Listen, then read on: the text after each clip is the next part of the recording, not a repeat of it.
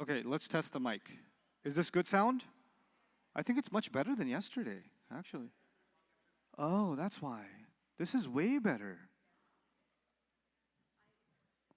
You requested that.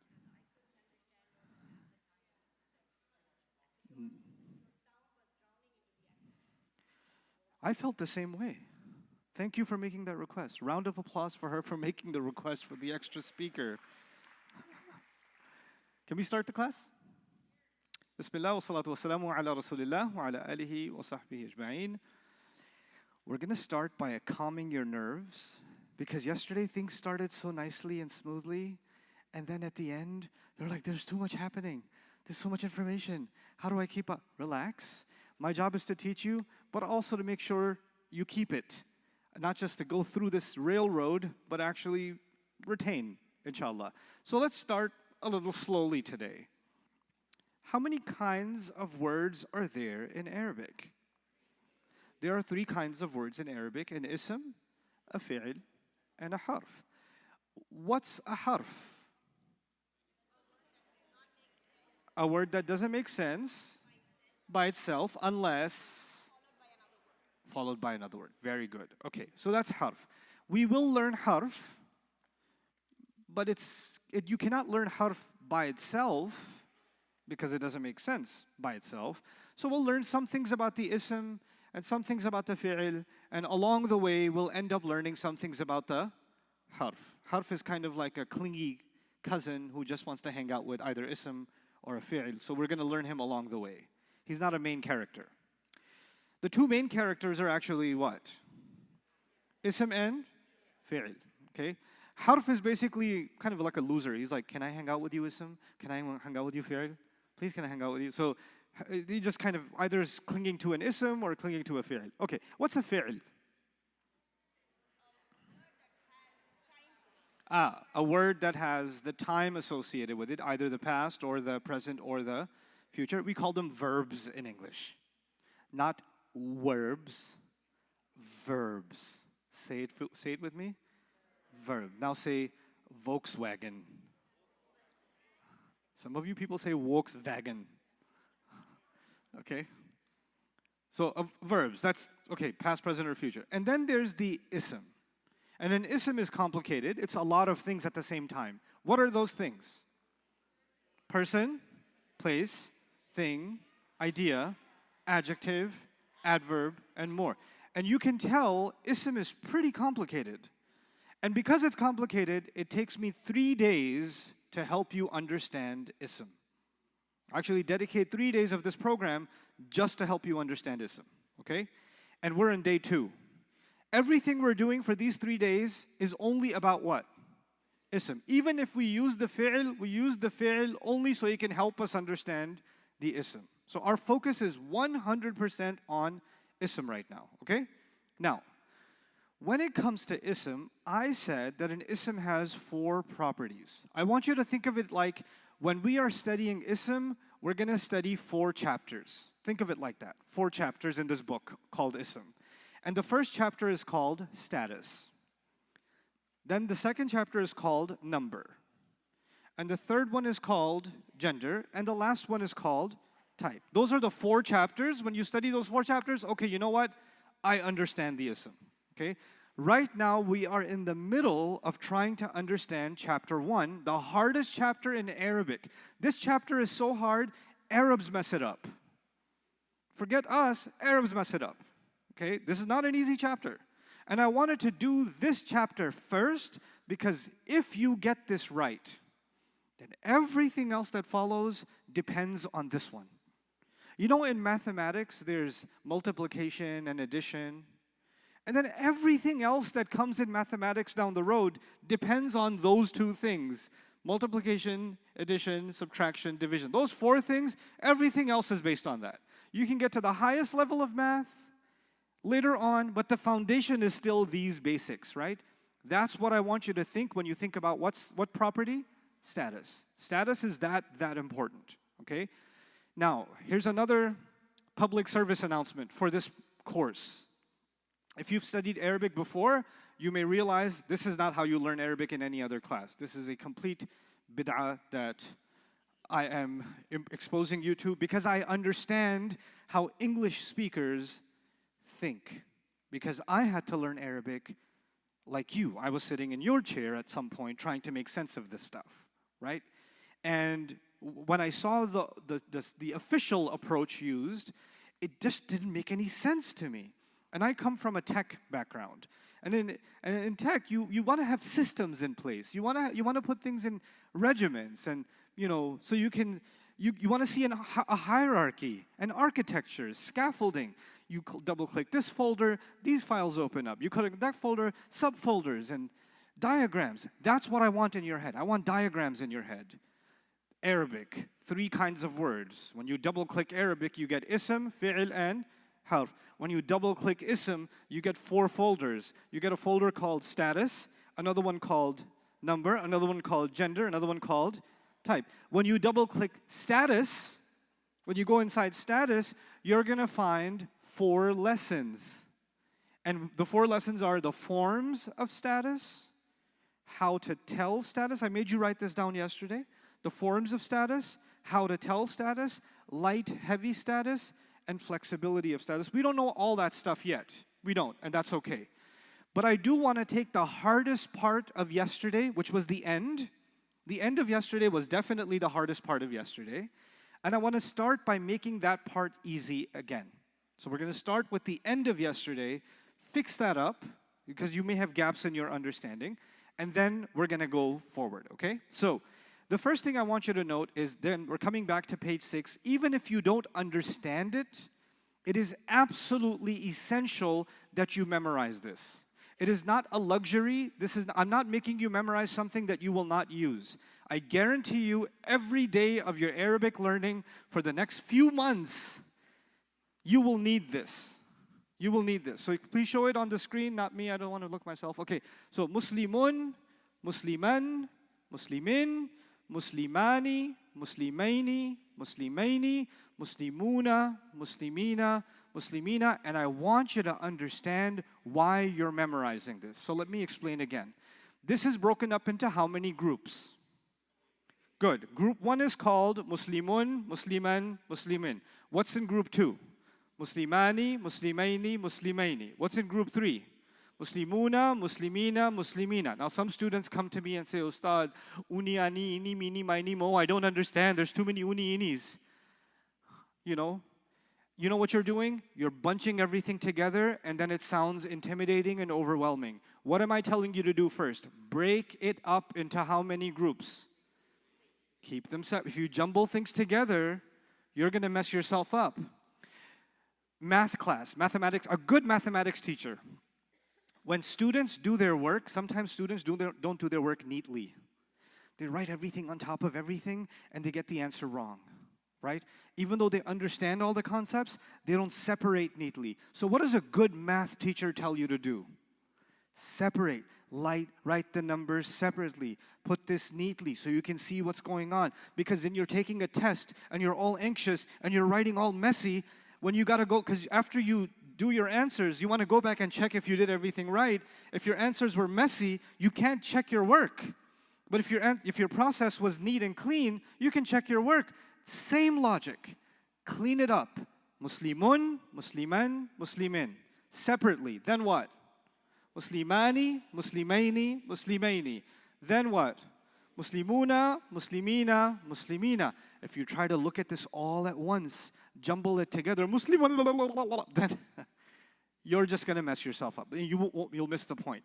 So now, each of these 3 groups is made up of how many members? Each group has 3 members. The first member is always rafa. The second member is always nasib. The third member is always jar. Is that clear? So when I say Muslimun, Musliman, Muslimin, Muslimun is what? Rafa. Musliman is nasib. Muslimin is jar. Okay. Then why do we have 3 groups? Why not just have 1 group? What's the difference between the first group and the second group? Fine. Even Muslimani is rafa. Muslimaini is nasib. Muslimaini is jar. The same thing. Rafa, nasib, jar. Even in Muslimuna. Muslimuna is rafa. Muslimina is nasib. Muslimina is jar.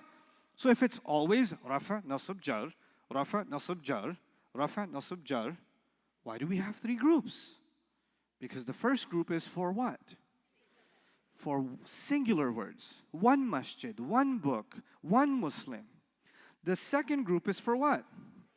Two Muslims in rafa, two Muslims in nasab, two Muslims in jar. And muslimuna is for who? More than two Muslims in rafa, more than two Muslims in nasab, and more than two Muslims in jar. Does that make sense so far? Okay. So now, we did it this way, right? Top to bottom. Muslimun, Musliman, Muslimin, Muslimani, Muslimaini, Muslimaini, Muslimuna, Muslimina, Muslimina. We did it top to bottom. If you look at it across, like for math class, if you look at it across the x-axis instead of the y-axis, if you look at it across the x-axis, what's the common thing in Muslimun, Muslimani, and Muslimuna? What's the thing that's in common? They're all rafa. That's one rafa, two rafa, and three rafa. And Musliman, Muslimaini, and Muslimina, what do they have in common? One nasab, two nasab, three nasab, but they're all nasab. And if you look at the bottom one, Muslimin, Muslimaini, Muslimina, what do they all have in common? They're all jar. Now, why am I making you memorize this? Because I want page 6. If I meet you 5 years from now, and you say, Ustad, I took your Arabic class, and I say page 6. And what are you going to say? Muslimun, Musliman, Muslimin, Muslimani, Muslimaini, Muslimaini, Muslimuna, Muslimina, Muslimina. And I'm going to say, which one is plural jar? I'm going to say this to you. I kid you not. I will say that. Which one is plural jar? And what are you going to tell me? You're going to say Muslimina, and I'm going to say, you are a good Muslim. Okay. There's a pun intended in that. So, good. Now you understand the logic of this chart. Now, a page before this in your notes is page 5. This is page 6. And so, this here is page 5. Here's what I want you to do. I told you, we have to figure out whether each of these is rafa or nasab or jar, but I want you to understand the system. We always look for combinations first. We always look for what? Combinations first. So here's what I want you to do.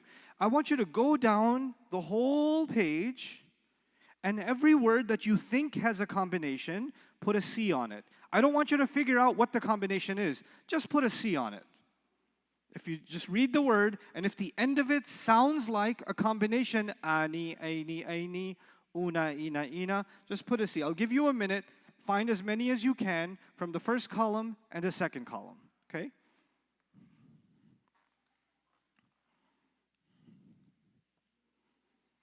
You can talk to each other if you like.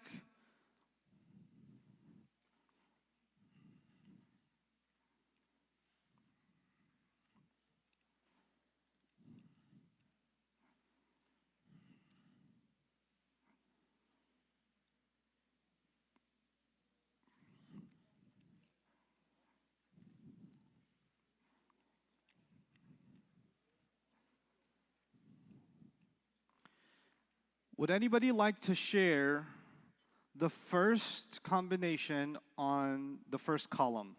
Show of hands, please. If you could tell me what the first combination is in the first column. Yes, young man? What number? The number? Which number? 21, he says, al-walidani. Does everybody agree? Yeah, ani. Now, go back to page 6. This one says, keep this word in your head, al-walidani. Go back to page 6. It's a combination, he says. Which combination does it match? Because we've got 6 combinations. Muslimani, Muslimaini, Muslimaini, Muslimuna, Muslimina, Muslimina. If it's a combination, it's got to match one of them. Which one does it match? Yes? 2 rafa. So the answer for al-walidani is 2 rafa. Do you understand how to use page 6? Okay, who's got the next combination? Yes, young man over there, all the way? 23, very good. And what do you think? What does it match on page 6?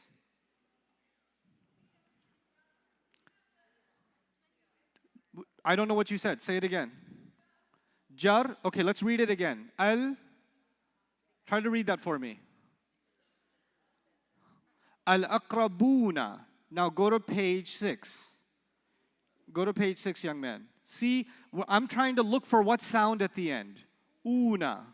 See if you find it and tell me what you know about that word, that sound. Excellent. Plural, rafa. What's the Arabic word on page 6 that matches this? Musli, muslimuna, al-aqrabuna, the una matched. Yeah? So this is plural and what? Rafa. Make sense? Do you understand how to use the combinations now? Okay. I don't ever want you to turn your page back and look at page 6, then flip it again, and look at it again, and flip it again, and look at it again. What do I want? You see al-aqrabuna, you say muslimun, musliman, muslimin. Muslimani, muslimani, muslimini. Ding, ding, ding, muslimuna. This is third column, first member. This is plural rafa. That's what needs to happen in your head. Do you understand? Do you see how you're going to use page 6? Okay? So let's see if you can do this without looking at page 6 now. Anybody else? I'm going to give this one away. This is a combination. This is a combination, number 25. Yes, go ahead. Yes.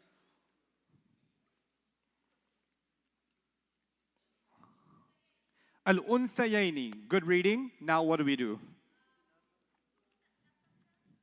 Two nasab or two jar? I don't know. I'm not impressed. I'm not impressed. A little depressed, actually. I put a lot of work in teaching, and this is what you come up with. Guys, help me out here. Al-unthayayni. Yes, all the way in the back, young man. Speak a little lower. I still hear your voice. 25, yeah. Two nasab or jar? You're right. She was right. But the pain you felt when I said he was right, and you said the exact same thing, and I said, you were sure? Okay. Well, this is my way of building confidence, isn't it? Okay. 29. Still ladies' turn. Let's see. Somebody else. Somebody who's never spoken before. Yes, go ahead. No, why don't you? Yes.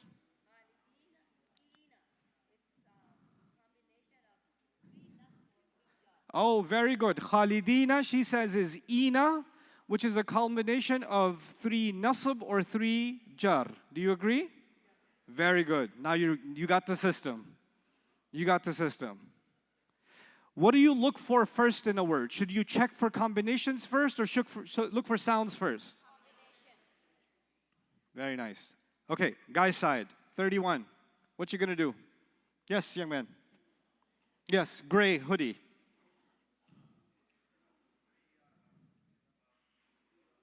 Three rafa? I like it. 3 rafa. Because it matches what word on page 6 that's in your head, that lives in your head? Muslimuna. Muslimuna. Very nice. Okay, still, gentlemen, I need one more from you. Number 33. Yes. Yes. 3 nasab. 3 nasab or jar. Very good. 3 nasab or jar. Is this feeling better than last night already? You have to learn to trust me.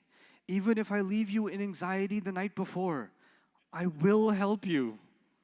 Okay, just learn to trust me through these 10 days. I need to build that relationship with you because I know exactly how I make you feel. Yesterday, actually, I was thrown off because I was told the Isha Salah would be at 10, but then some people had the thing and they said, no, we need to still have it at 9:45. So I lost 15 minutes of my planning. So the time I was going to use to reduce your anxiety, we were praying. So today we're praying at 10. So inshallah, I've planned accordingly because it's all planned in my head. What kind of psychological games I'm going to play with you is all planned in my head. So that kind of messed with my plans a little bit. Okay, anyway. So munzirina, everybody's clear, is plural, nasab or jar. Yes? Li ghulamaini. Ladies' side again. Somebody who has not yet volunteered. Yes, young man, go ahead.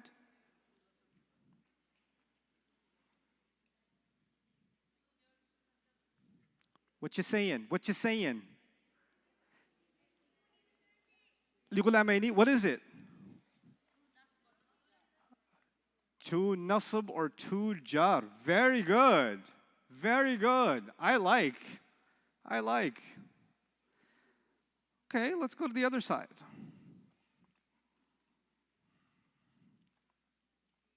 Makithina. Number 4. Makithina. Ladies, still your turn? Right, 2 on this side. Yes, go ahead.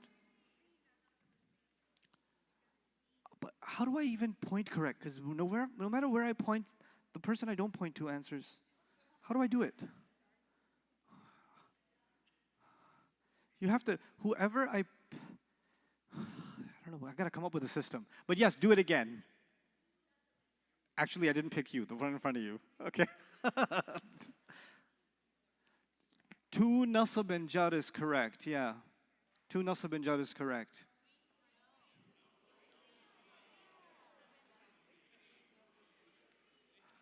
What it says makithina is 2. Ina? What's ina? 3 nasab. 3. Can somebody turn this into a 2? If this was 2, how would you say it? Show of hands. If this was 2, how would you have said it? Yes. Yeah, you, yeah. Makithaini, yes, makithaini, because it would have matched muslimaini. That would have been 2. Good. Albanuna. Guys.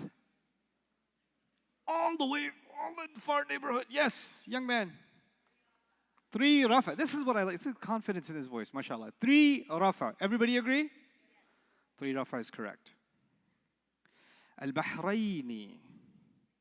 Not only should you tell me what it is, you got to tell me the word from the Muslim chart that you use to tell me. I want to know you made that connection. Yes, sir. Muslimaini, good. 2 NJ, 2 nasab or jar. Very nice. Very nice. Okay. I didn't bring chocolate with me today, but tomorrow I'll bring, inshallah, because I have a... Who can answer this one? No, I just want 24. I don't care about anything else. I want this one. If I had chocolate, I would have given you for this one, if you get it right. What do you think? Ugh. How disappointing. Yes.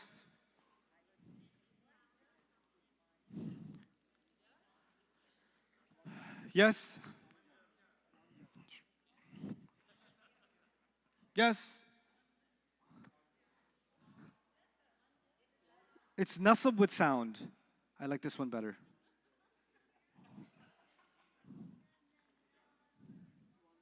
Two rafa. I like this one better too. Yes. 1 jar. The answer. I love it. I love it. The Shafi'is are saying 1 jar. The Hanafis are saying, I love it. The answer is 1 jar. And I will tell you why. Because on page 6, you see muslimani, right? But I never said muslimanin. I didn't say that. If I didn't say it, you can't use it.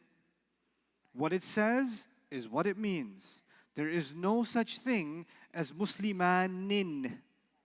So if you see an an, or in, you have to go back to what? You have to go back to sound. That came close to being a combination, but it's not a combination. You clear? Okay, now watch this. Let's see if you can do this one. I'm going to make one up.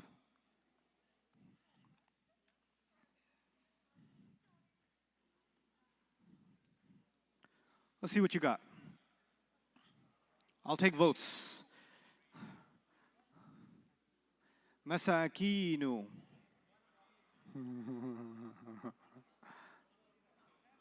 What do you think? 1 rafa. Inu? Inu.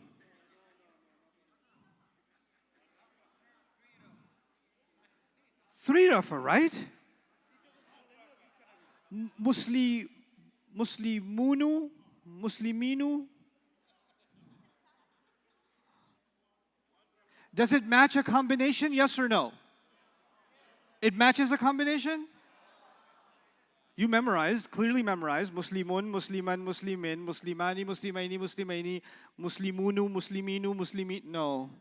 Muslimuna, Muslimina, Muslimina. Does it match a combination? No. Yeah. Ooh, ahead of time. Okay. You're right.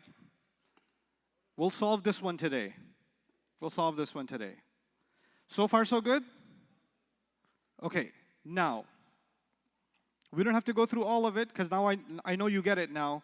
Come back to page 6. In Arabic, there are either sounds or what? Combinations. And the purpose, you can tell the purpose of combinations. Combinations tell you a couple of things. They tell you the status, but they also tell you how many. Isn't it? They tell you the status and they also tell you how many. If you see ani, it told you it's rafa, but it also told you something else. What else did it tell you? That it's 2. So you get 2 pieces of information at the same time from status. Now, there's another chart right underneath it. Another chart right underneath that one. The first chart was Muslimun, Musliman, and Muslimin. This chart is Muslimatun, Muslimatan, Muslimatin. It's the same word Muslim, but we put a hijab at the end of it. Okay? So once you wrap a hijab at the end of it, it became what? That's the feminine version. Now, I have not taught you gender yet, because we do status, then we do number, then we do gender. So this is not officially studying gender yet, but some words in Arabic, you can convert them to feminine using a hijab. The hijab is called the ta marbuta. It's called the ta what?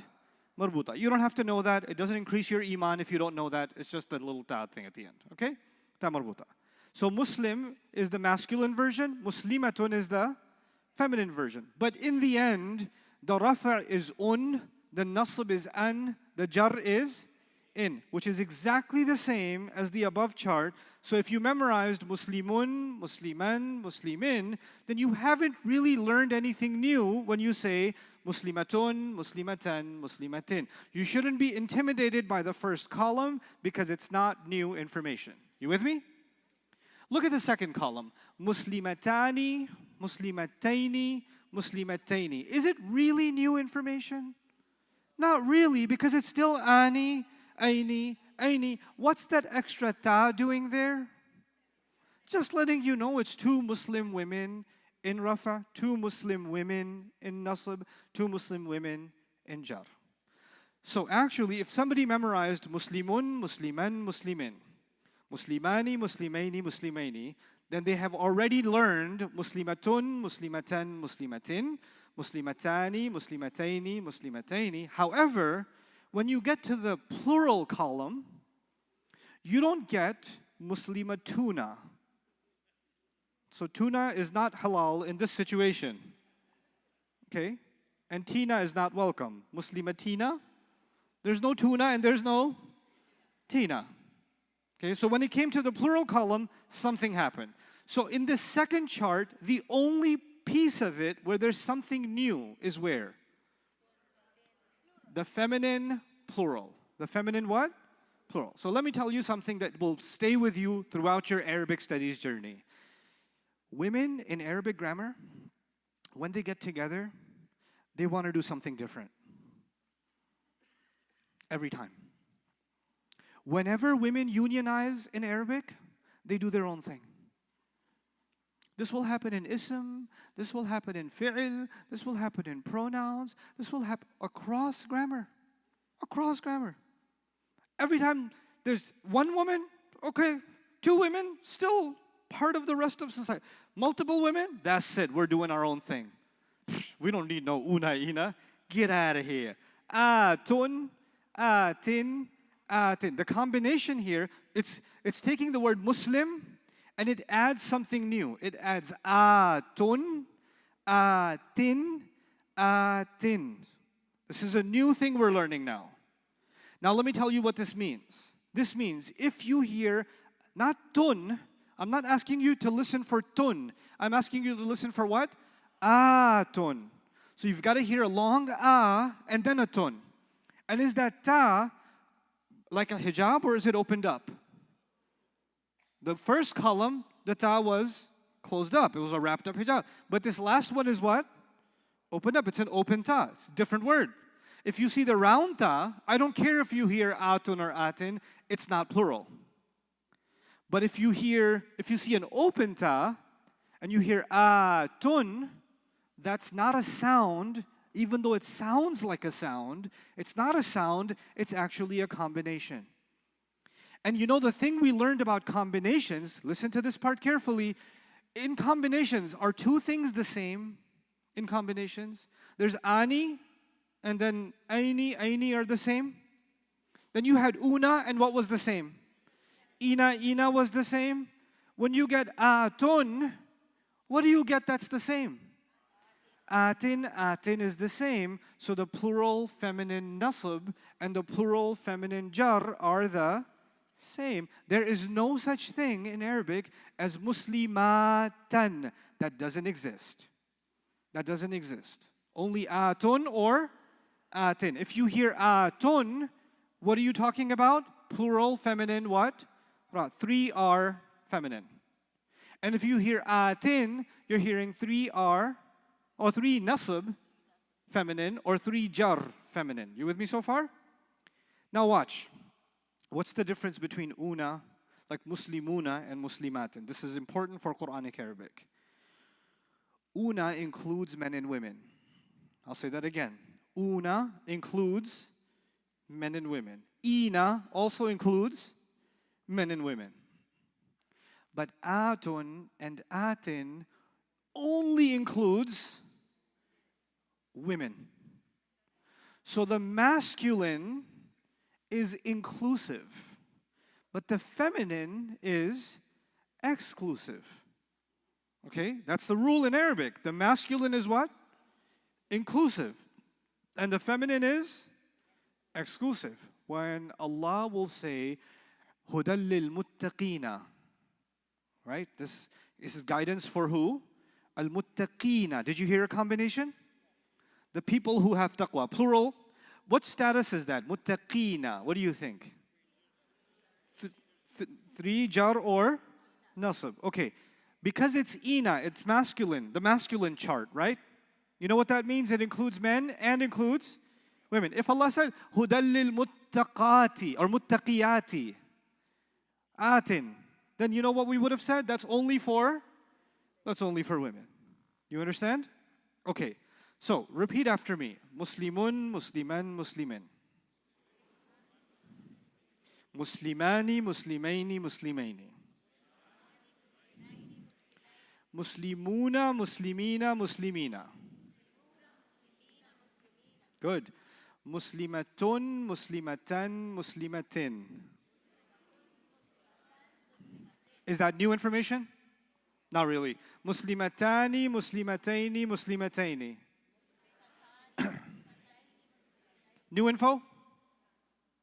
Muslimatun, Muslimatin, Muslimatin. New info? Yep. Say it for me. Muslimatun, Muslimatin, Muslimatin. And what doesn't exist in Arabic? Muslimatan does not exist in Arabic. Muslimatan does not exist in Arabic. Now, how many people here married? Okay. If you're married, then you know that you don't invite your family and her family over at the same time. Okay, that doesn't make any sense. You can only have either her family over or your family over, unless you're having suicidal thoughts, invite both of them over. But you don't do that, okay? Now, there's a thing in Arabic. There's two things in Arabic that are in-laws to each other. Okay, is her in-laws, his in-laws? You know the un sound? The un sound? The un sound does not get along with this thing we call, I will show you, al. Al. Al in Arabic means the. Al means what? The. But when you put un, an, or in on a word, it actually means a. This is not officially a part of our lesson, but I want you to know something which I will teach officially probably tomorrow. But I want you to know this ahead of time. Al means what? The. But if you just hear un, an, or in at the end of a word, it usually means what? A. Can you put a and the at the same time on the same word? No. So if a word begins with al, it cannot end with un, an, or. You with me? Un, an, or in. So what's the solution? Here's the solution that the Arabs came up with thousands of years ago. They said, there's Muslimun, right? But if I want to put al on it, then I'll say al-Muslimu. I won't say al-Muslimun anymore. I'll just say what? Al-Muslimu. Don't write this down. Just listen for now, okay? Now, watch this. Muslimatun. Muslimatun. Does it have an un at the end? What if I wanted to put al on this? Al-Muslimatu. I need you to know that if you hear tu, it's still a combination. Even if it's not al. Al is just one reason. I'll show you others. But even if there's no al, if you hear tu, it's still a combination. What else is also going to be a combination? Al-Muslimati. If you hear atin or ati, still combination. So, have you ever heard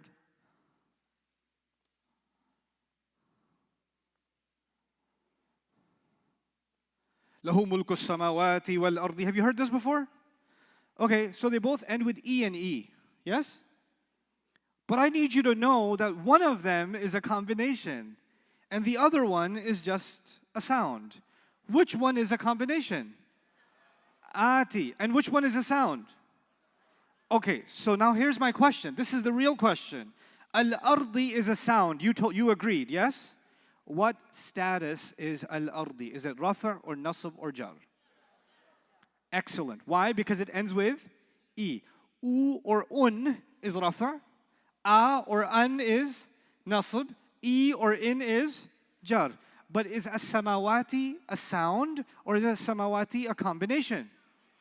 It's a combination. So what's the status of as-samawati? Combinations usually get two answers. Remember, ina could be plural nasab or jar. Muslimatin. How many times is muslimatin in the chart? So muslimati, as-samawati. This could be, what's the answer here? Plural nasab or plural jar. Go back to page 5. This page 5 is not leaving us alone. See if you find any feminine combinations on page 5. Keep looking, keep looking. No rush.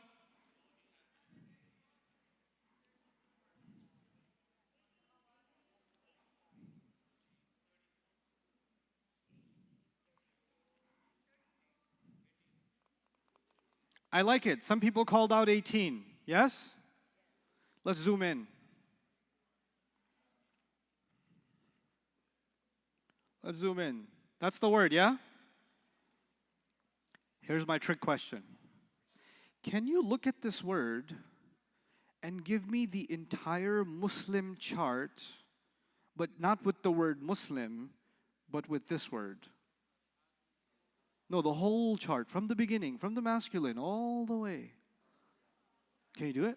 Who could do it? I don't know. I don't know. That's a hard one. You are doubtful, so I'm going to go with you. Yes. No, the whole thing from the beginning of page 6. Go on. Salihun, Salihan, Salihin, Saliha. You're still in the masculine chart. Salihani, Salihaini, good. Salihuna, Salihina, Salihina. Now come to the feminine chart. Salihatun, salihatan, salihatin. Then salihatani, salihataini, salihataini. Then salihatun, salihatin, salihatin. What's the answer here? Plural? Nasab jar, but the feminine kind. Cool, huh? You can see a word and you could see a whole chart in your head. You don't see a word, you see a whole chart in your head. You can reconstruct, not all the time. Don't try this at home. With that, I tried to try it and it did it. It feels so good in class, but I feel so bad when I go home. Samawatin. What do you think? It could be nasab. It could be jar. Right?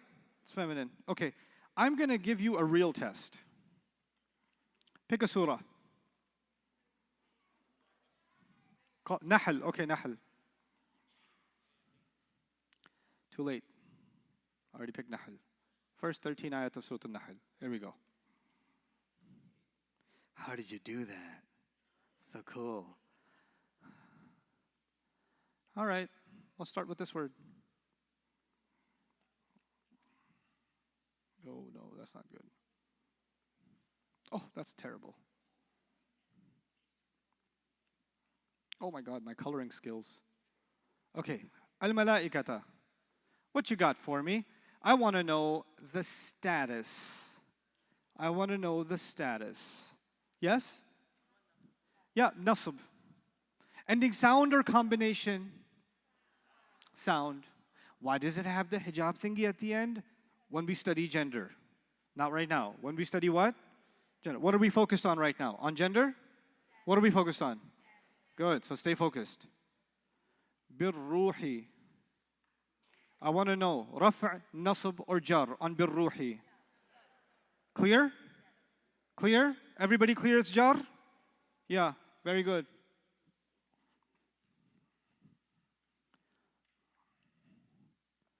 La ilaha. What you think? Ilaha. Nasab? Nasab what? Nasab sound? Nasab combination? Nasab sound. Okay? Alrighty. As-samawati.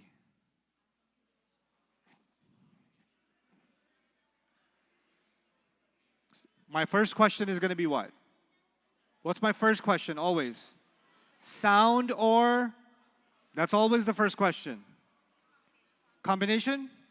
Now the question is, which combination? 3 nasab or 3 jar feminine. Good job, Hassan. Very nice. 3 nasab or 3 jar feminine. Everybody see it? So you didn't get tricked by the fact that it wasn't tin. Even if you see ati or atin, you won't get tricked. You know. Okay. Let's see if you can handle this one. Al-insana. Al-insana. Lady side, show of hands. Yes? Jar. Because, what does it match on page 6? What does it match on page 6? Ana, al-insana matches muslimuna. I forgive you. Now fix it. I won't let go until you fix it.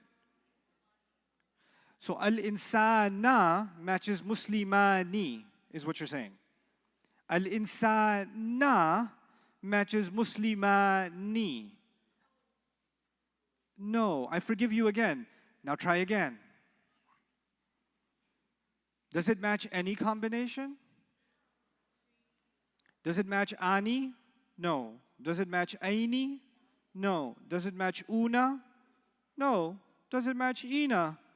No. If it doesn't match any combination, what do? Go back to sound. So what sound is closest to al-insana? Muslimun. Does it match with muslimun? U or un? Okay, the double trouble, double roti, double, yeah. Okay, then what do you, tell me the answer though. What's the ending sound that you hear here in al-insana? So what's the answer? No, let her answer. One nasab is correct. Excellent. Sometimes I want a student to go through a little bit of a journey to find it and find their own aha moment. Just because they're having a little bit of a few seconds extra to get to their aha moment and you already got there, doesn't mean you should get intellectual diarrhea that makes you... No, but it's nasab though. It's nasab. I heard you. It's nasab. Nasab, I tell you, nasab. Yes, I know. But the job of a teacher is to help the one who's struggling find their way. You understand?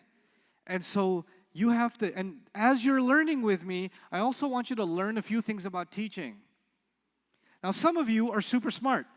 Some of you even use the word broken plural today, which means you've studied some stuff before. In fact, you've studied it with me. I want you to learn something about the mannerism of a class. Now, in the mannerism of a class, some people are fast, some people are what? Slow. Now, what happens in many classrooms is the teacher is very happy with the students that are fast and very upset with the students that are slow. In my philosophy, the teacher's job is not the students that are fast. The teacher's job, the teacher's test of their own ability is not the students that are fast, it's the students that are slow. And they're slow because I didn't explain something clearly enough for them. And I need to go make sure it's not because they're slow, it's because they needed some other explanation. So I need to find another way to explain and another way to explain.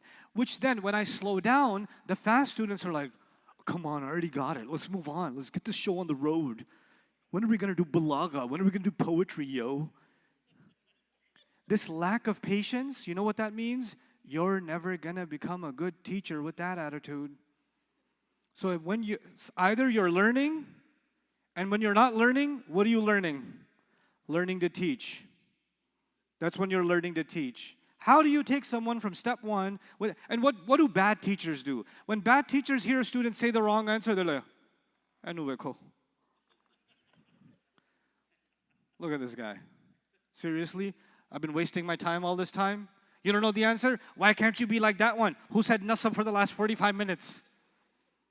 In other words, when someone's struggling, bad teachers shame the student that's struggling. But actually, in my opinion, shame on the teacher. Because the teacher's job is to make sure to actually encourage the ones that are struggling, and those turn out to be the best students.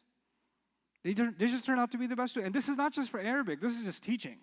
Teaching anything, you have to respect the people that are actually struggling. That's not a commentary on how stupid they are and how you're smarter. Listen, some things will be easier for you and other things will be harder for you. And let me tell you something. The students then think, oh, this is easy. I don't have to put any work in. This is easy. When they actually get to something that's hard, they're not used to doing any hard work because everything was what for them?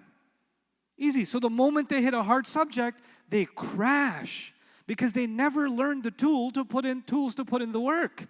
So they just crash and they have such a hard time keeping up. And then they get depressed. They say, I used to be so smart and all of a sudden I became stupid.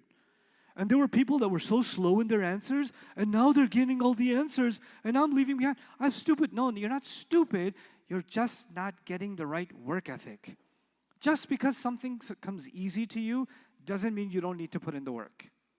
Don't develop that attitude. Okay, so and just because something is hard for you, stop comparing yourself to somebody else. Don't do that in your life. You will be a loser for life because you can always compare yourself to someone else who knows more than you.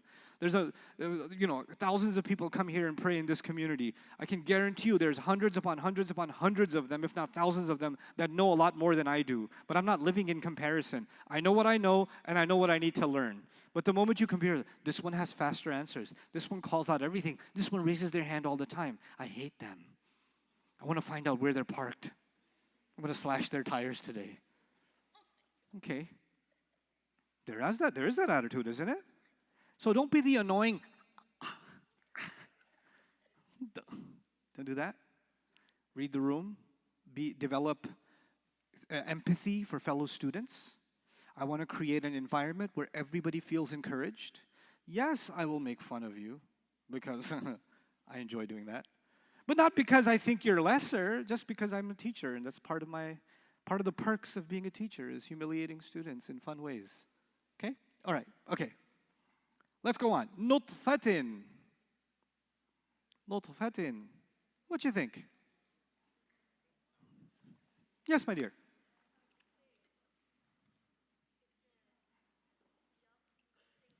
Jar singular. Excellent job. Excellent job. Khasimun. Guys, oops. Khasimun. What do you think? Yes. One rafa. Excellent. It's one rafa.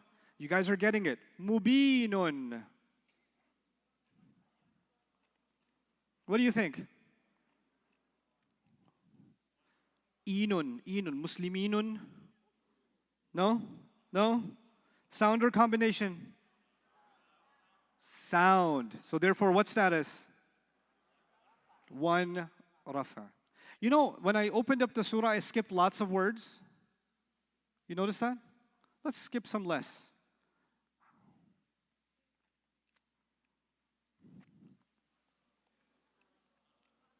I don't want to just know rafa. I taught you like 4 kinds of rafa.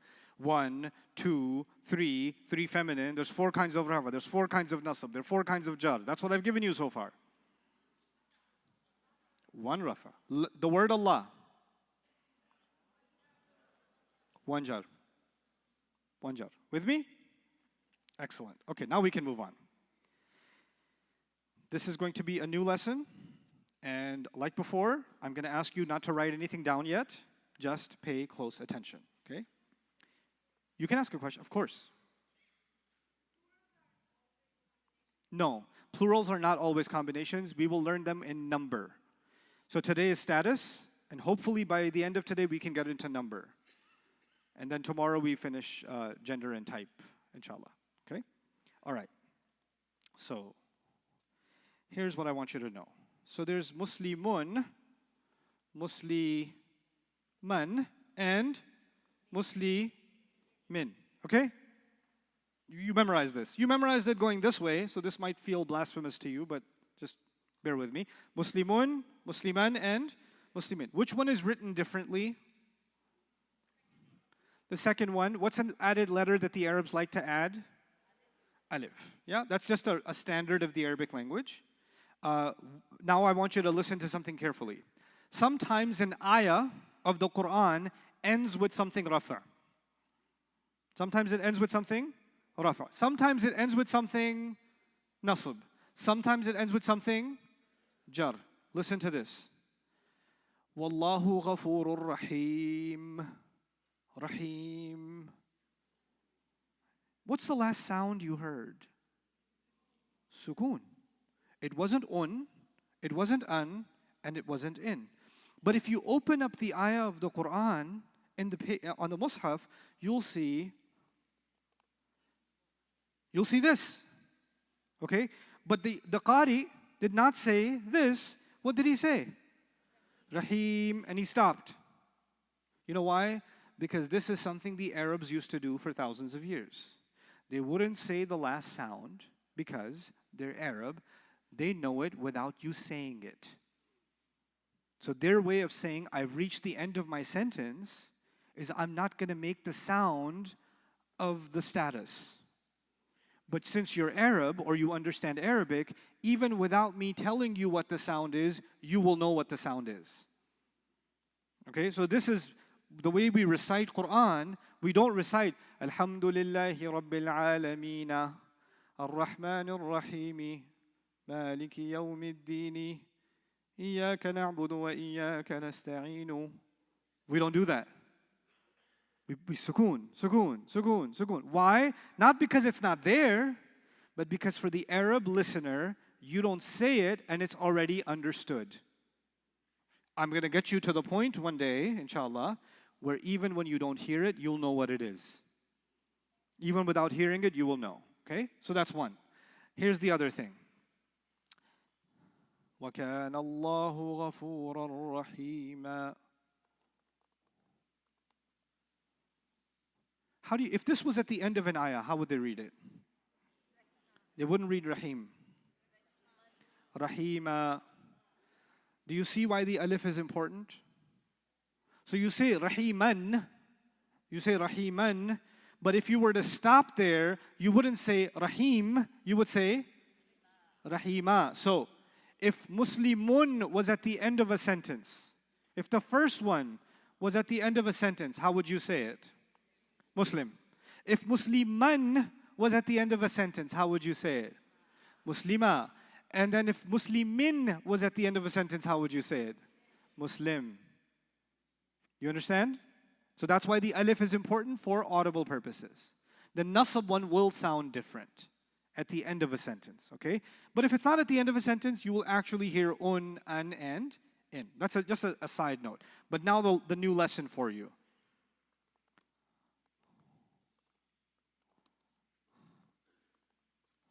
Read the bottom line. What's the first word?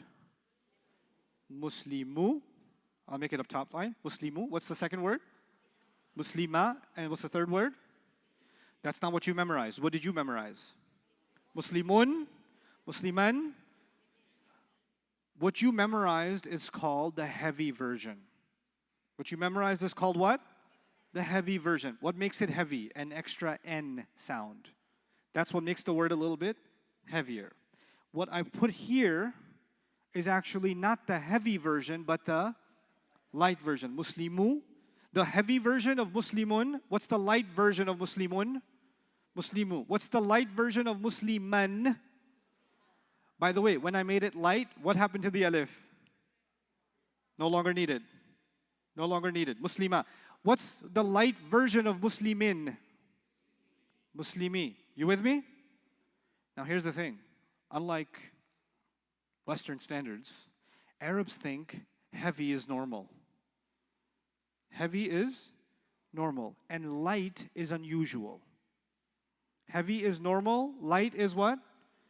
As a student of the Arabic language, when I'm reading something in Arabic and I see an ism, I expect that ism to be heavy. I expect it to be what? Heavy. So if it's heavy, I don't say, hey, why are you heavy? Why you put on so much noon? So I'm supposed to be heavy. What you want? But if it's light, I say, hey, who made you light, bro? What happened? There has to be a reason for it to be what? But there has to be no reason for it to be heavy. Techies here know what the default is, right? What's the default in Arabic? Heavy or light? Heavy is default. That's normal. That's standard. But the unusual situation is when you make it light. Okay. So you know how it sounds. This one's heavy, this one is light. Okay, now. You memorized Muslimani. What else did you memorize? Muslimaini and Muslimaini. Yes? I'm just gonna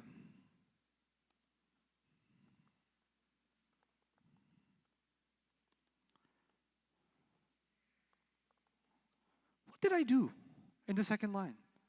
What in the world did I do? What did I get rid of? I got rid of that noon. I just got rid of it. Muslimani, I said, you know what? You need some weight loss. I'm going to get rid of the what? The ni. The light version of Muslimani is Muslima without the ni. The light version of Muslimaini is Muslimai without the ni. And the light version of the second Muslimaini is ni without the ni. The Muslimai without the ni. What's the third group you memorized? Muslimuna and what else? Muslimina. What else? Can somebody volunteer to give me the light version of each of these? Somebody would like to try? Go ahead, young lady. Yes?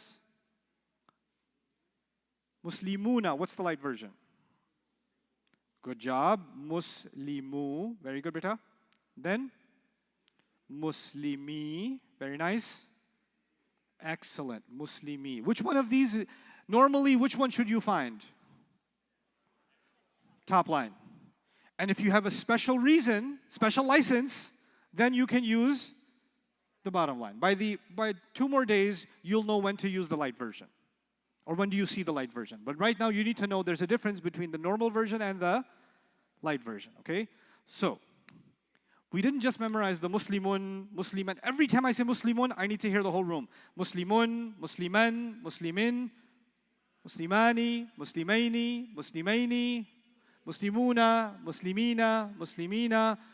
We did some more today. Muslimatun, Muslimatan, Muslimatin, Muslimatani, Muslimataini, Muslimataini, Muslimatun, Muslimatin, Muslimatin. Yes? Now I'm going to read that whole thing. We'll look at it together. I'll open up page 6 again. And what I'm going to do is I'm going to read this, but I'm going to pretend that I'm reading the light version the whole time. Just so I know that you know how to convert it. How would I read the first column? Muslimu, Muslima, Muslimi. Second column. Muslima, Muslimai, Muslimai. Third column. Muslimu, Muslimi, Muslimi. Okay, let's go to the bottom one. How would I read Muslimatun, Muslimatan, Muslimatin? How do you think? Muslimatu, Muslimata, Muslimati. Muslimatani, Muslimataini. No, that's wrong. Muslimata, Muslimatai, Muslimatai. What should I do here?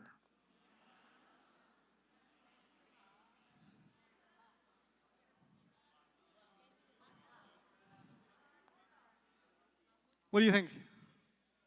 Muslimatu, Muslimati, Muslimati. Every word, every ism in Arabic is either rafa, every ism is either rafa or nasab or jar. And every rafa, nasab or jar is either heavy or light. And if it's light, I better find the reason. If it's heavy, I don't care, it's supposed to be heavy. If it's light, I need to know why, what happened. When you say, La ilaha illallah, look at ilaha. Is it light or heavy? So as a student of Arabic, should I say something special is going on here or no? I need to know why that happened. I need to understand something. Now, let me show you something else.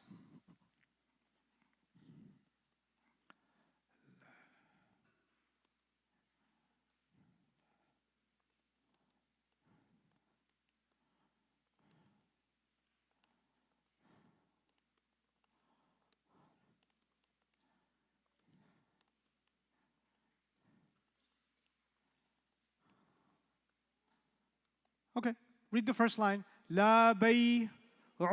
Light or heavy? La khullatun. Light or heavy? La shafa'atun. Light or heavy? They're all in the Quran. All top 3 are in the Quran. Let's read the bottom line. La rayba. Light. La ilaha. Light. La ikraha. Cool. There's a difference. These words mean, if I was to translate badly, I'd say there's no friendship, there's no sale, there's no friendship, there's no intercession, there's no doubt, there's no God, and there's no forcing, there's no compulsion. These are the phrases. There is no, and whatever word comes after. But in the Arabic, is there a difference between there is no followed by heavy, and there is no followed by light? Which one of them would you say is unusual? So 3 of those expressions are more unusual than the other 3. Now, let me help you understand this. I won't give you more lessons before Maghrib. We'll do more work after Maghrib. Light and heavy we're in a pretty good place, okay? Just to help you understand the difference between no that's heavy and no that is what? Light. This is only for no's, by the way. No's with isms. When I used to teach 3rd grade, I was a teacher in 3rd grade, and my stupidity was I thought if I'm going to go into third grade class teaching these kids, first thing I should do is become their friend. I should do all kinds of tricks for them. I should put a pencil in my ear, take it out of this ear, right? I should, pull out a coin. I should tell them a scary story. I should tell them jokes. Oh, those kids loved me. They were like, class was a circus. It was supposed to be math class, but the first day, I just made jokes with them and jokes with them and jokes with them. And they loved it. Even the principal had to come in because the kids were like, ah! And then the principal, is everything okay here? I was like, yeah, they're just, where's that? Shh, guys, okay, it's okay. Then, so I thought, first I'll become their friend, and then after that, I'll do what? Then I'll teach them. The next day, I say, okay, everybody, chapter 2, open the books. And what do these kids do? Now, do that thing with your ear. And some other kid's standing on the, teacher, look at this. And he stands on the desk and he starts dancing. I was like, can you please sit down? He goes, the other kid goes, I could do better than that. And they get, the class was a circus. Animals let loose in the zoo. I couldn't control anyone at all. So now I realized me being a friend is not going to work. I have to what? Lay down the law. So I said, guys, no talking. Come on, no talking, no talking. Is anybody listening when I talk like that? Then I said, no talking. And when I did that, what happened? All of a sudden, and they all calmed down, except one kid. I get nightmares about this kid. He was sitting in the front desk, the desk that touches the teacher's desk. He was on that desk.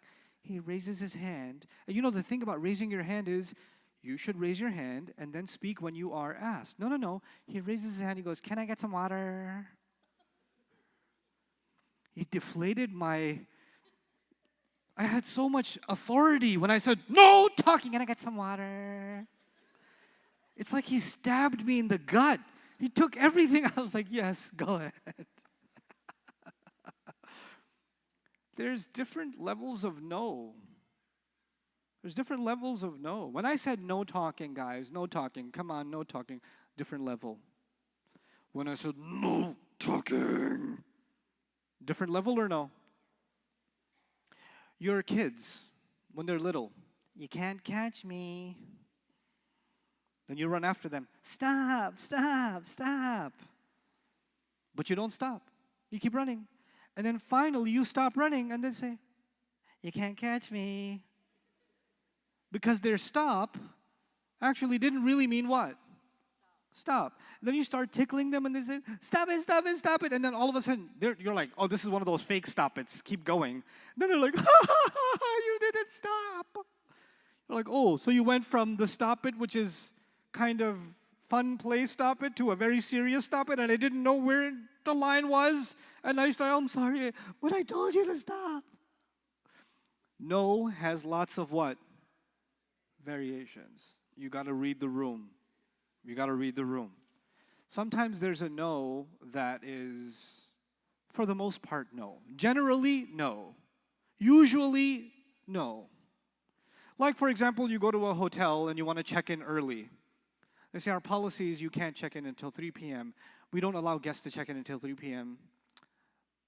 But okay. That's no check-in policy with some room for what? Exception. But then you have an employee who has, a rough fight with their spouse that night, and they say, there's absolutely no way I will let you check in even after the check-in time. Did you want a no smoking room? Oh, I'm going to get you a double smoking room. There's going to be so much smoke in your room, there's going to be a fire in that building because of your room. In fact, I'll set fire to your room. That's a different level. No. Different levels of, you know what Arabic does? It's so cool. Classical Arabic does this.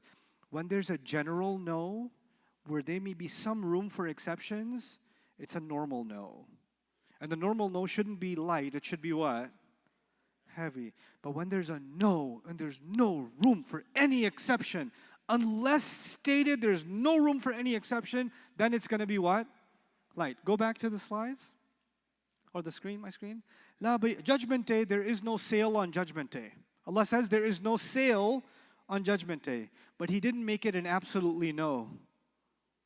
You know why? Because Allah says Himself, إِنَّ اللَّهَ اشْتَرَى مِنَ الْمُؤْمِنِينَ أَنفُسَهُمْ وَأَمْوَالَهُم بِأَنَّ لَهُمُ الْجَنَّةِ. Allah has purchased their monies and their lives in exchange for Jannah from believers. So yes, most people won't be able to sell anything. But some believers have already made the sale in this life. They're the exception. So there's room for exception. He says on Judgment Day, لا خلة لا خلة لا بيع فيه ولا خلة. There's no friendship on Judgment Day. On Judgment Day, there's no friendship. Are there some people that are Allah's friends on Judgment Day? Are there some people that are under Allah's shade on Judgment Day? Is there room for exception? Normal no. Not a categorical no, a normal no. He says, La shafa'atun. Nobody will be able to plead for anybody else on Judgment Day. Nobody can make a case for anybody else. By and large, is that true? By and large, it's true. Is there room for exception? Yeah. Yeah. Now you come to the bottom line. La rayba. This book, Quran, la rayba fihi. Is there room for exception? There is no doubt whatsoever in this book. There's no room for any doubt at all. So what does He do? He makes it what? Light. He says there is no God except Allah. We translate that, there's no God except Allah. But the way that He said there's no God, what did He do? There's absolutely no room for anyone at all, in any way, shape, or form, except Allah. This is the strongest way of saying no. It's not a normal, oh, there's no God generally except Allah. No, no, no. Absolutely not except Allah. When it comes to forcing somebody to accept this religion, Allah says, La ikraha fid deen. There is no compulsion at all in any way, shape, or form in terms of the religion. There's no exceptions. La ikraha fid deen. Do you see a difference? Now, in English translations of the Quran, most of the time, you'll find the top line is translated, there is no sale, there is no friendship, there is no intercession. And the bottom line is translated, there is no doubt, there is no God, and there is no compulsion. Do you notice a difference in English? Not at all. You don't notice a difference. But the Arabic student, do they know the difference? Yep. So the stuff that I'm teaching you, this light and heavy business, this is just one example of why light and heavy is important. This is not the only thing light and heavy does. But I want to give you a taste of why are we even learning? What do I care about light and heavy? What am I going to do with that? You're going to do a lot with that because it's going to give you a taste of what's happening in the Quran in different places, right? And again, I'm giving you controlled examples. Do not try this at home. Do not open up Quran and say, I see a light here. No, you don't. That's not even an ism. That's a fi'il. Hold on. You don't know how to tell the difference between an ism and a fi'il yet. You don't know how to tell many. You've got 2 days, not even 1.5 days of Arabic.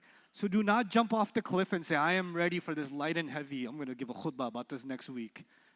I'm starting my own Instagram page, light and heavy. That's what I'm going to call it. Chill out. Chill out. I see a lot of people talk about ayat of the Quran and what they mean. And honestly, it's like nails on a chalkboard. Like, why are you opening your mouth? Please, please don't. And I'm not into refuting or correcting someone else. That's not my thing. But do I sit there and cringe? Yeah. Yeah, because I wish we took the Arabic of the Quran more seriously so we can appreciate what Allah is actually saying. So now let's take some notes. We already wrote this, so you're going to add. The first thing was under status. We said number 1, forms. Sorry, let me change the text direction. Forms of status, yes? Which are what? Rafa, nasab, jar. And you already know what each one is. Rafa is doer and more. Nasab is detail of the act and more. And jar is after of and more. I gave you that yesterday when we ended. The second thing was how to tell status. And we can tell status by A, ending sounds, and ending combos. And ending combos are 3 groups. Pair group, plural group, there's a third group. Plural feminine group. The pair group, ani, aini, aini. The plural group,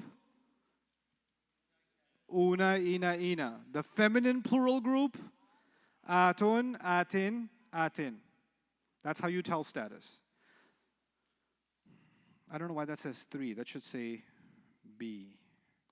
I know it's all messed up. That's okay. There's a C.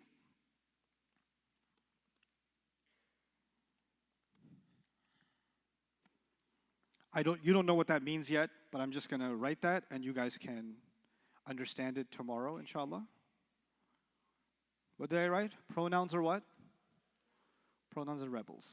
We'll see. We'll see what that means.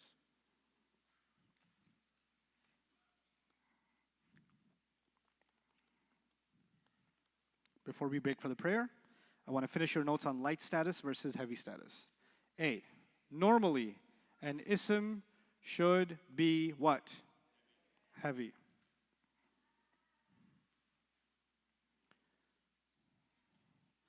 There are 4 reasons to be L. Do we know them yet? No, but you should know that there are 4. Okay? There's 4 reasons in Arabic to be light.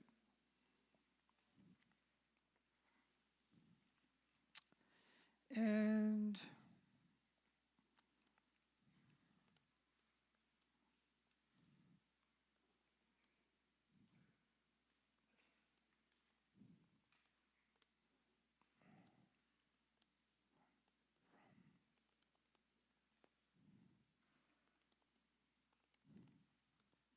okay, that's it. That's all you got to know. Normally, an ism should be heavy. There are 4 reasons to be light. To make an ism light, remove tanween. What is tanween? Un, an, in. That's called tanween. Tanween means un, an, in. Remove tanween. Or, what's another way to make light? Remove the n from the combination. Like what n? Like ani becomes what when it's light? Ah. And una becomes what? Oo. That's all. Okay? Maybe one more comment here that'll help you. And that is,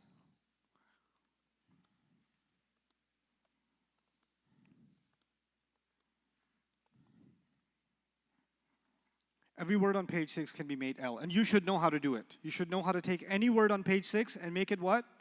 Light. That's skill you need to have. So you can recognize that when that's happening in Quran. Okay, let's take a break for Salah.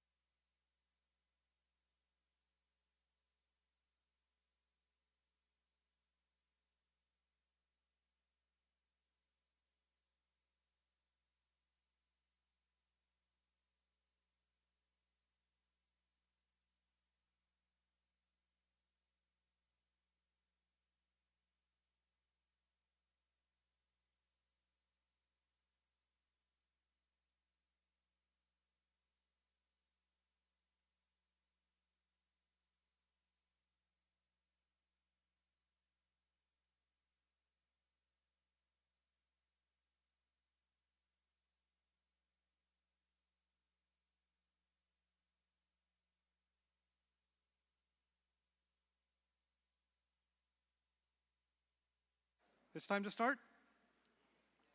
Okay, let's go. Let's go live.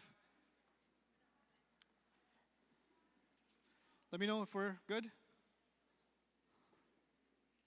We're good? Okay. Bismillah wa salatu wa salamu ala rasulillah wa ala alihi wa sahbihi ajma'in. Assalamu alaikum, everyone. Back to work. I'm going to explain some of this to you one more time so it's solid before we move forward. All of this has to do with page 6. So this discussion about light and heavy, just make sure you understand how this is related to page 6. By page 6, I mean both charts. Muslimun, Musliman, Muslimin. Again, every time I say it, you're going to say it with me. Muslimun, Musliman, Muslim. Every time I say it, you will say it with me. Muslimun, Musliman, Muslimin, Muslimani, Muslimaini, Muslimaini, Muslimuna, Muslimina, Muslimina, Muslimatun, Muslimatan, Muslimatin, Muslimatani, Muslimataini, Muslimataini, Muslimatun, Muslimatin, Muslimatin. I'm going to try to make you think about this in your head without looking at page 6. Look at the notes that I said here. I said here, to make an ism light, remove the tanween. You see that? You know what that means? Just the first group. So Muslimun, Musliman, Muslimin. Remove tanween means Muslimu, Muslima, Muslimi. And in the second chart, Muslimatun, Muslimatan, Muslimatin. What does remove tanween mean? Muslimatu, Muslimata, Muslimati. And in the end of the second chart, you have Muslimatun, Muslimatin, Muslimatin. That's also a tanween. So let's remove it. Muslimatu, Muslimati, Muslimati. That's what I mean by remove what? Tanween. There's 3 groups of tanween. There's the singular, then there's the feminine singular, and there's the feminine plural. That's where the tanween is on page 6. And that's where we're going to use that technique. Everything else on page 6 is combinations with an extra noon. So, Musliman, and then it says, remove the n, meaning the noon, from the combination. So what are the combinations? Muslimani, Muslimaini, Muslimaini. When I say remove the noon, what am I doing? How am I saying it? Muslima, Muslimai, Muslimai. When I say Muslimuna, Muslimina, Muslimina, how do I remove the noon? Muslimu, Muslimi, Muslimi. When I remove the noon from Muslimatani, Muslimataini, Muslimataini, how do I remove the noon? Muslimata, Muslimatai, Muslimatai. Now, please pay attention to this part. I mean, you should pay attention to all the parts, but this is one of those epically important parts. Every rule of grammar I teach you is like a coin. A coin has 2 sides. Yeah? One side is, what is the point? The other side is, what does it look like? What is the point? What does it look like? What is the point? What does it look like? I taught you what rafa', nasab, and jar look like. Yes? And then I gave you some idea of what's the point. Sometimes the rafa tells you who the doer is. That's part of the point. Nasab, what did I tell you about the point of nasab? It's a detail about the act. And then I showed you what it looks like. So every time there's a point in Arabic, it's what does it look like and what's the other side? What's the point? I decide as a teacher, sometimes I teach you what does it look like. And I don't tell you what's the point until later. And sometimes I tell you what's the point first, and then tell you what does it look like later.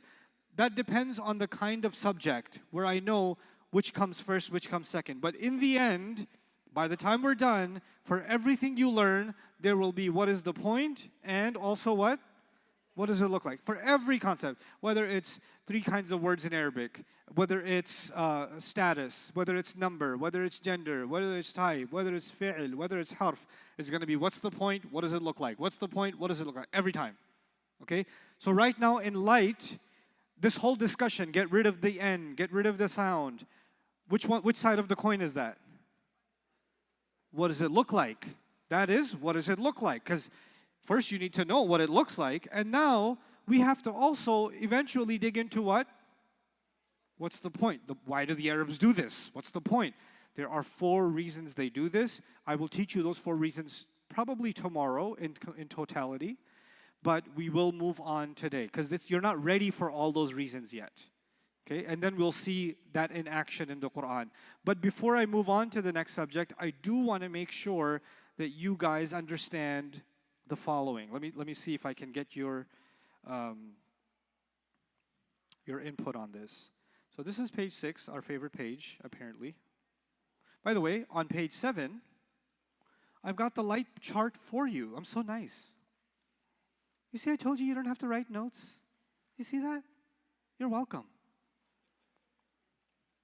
Here's an exercise that we're going to do now. Identify whether the following words are light or heavy. By the way, there's one more thing in your notes that I forgot to add, so I'm going to add it now.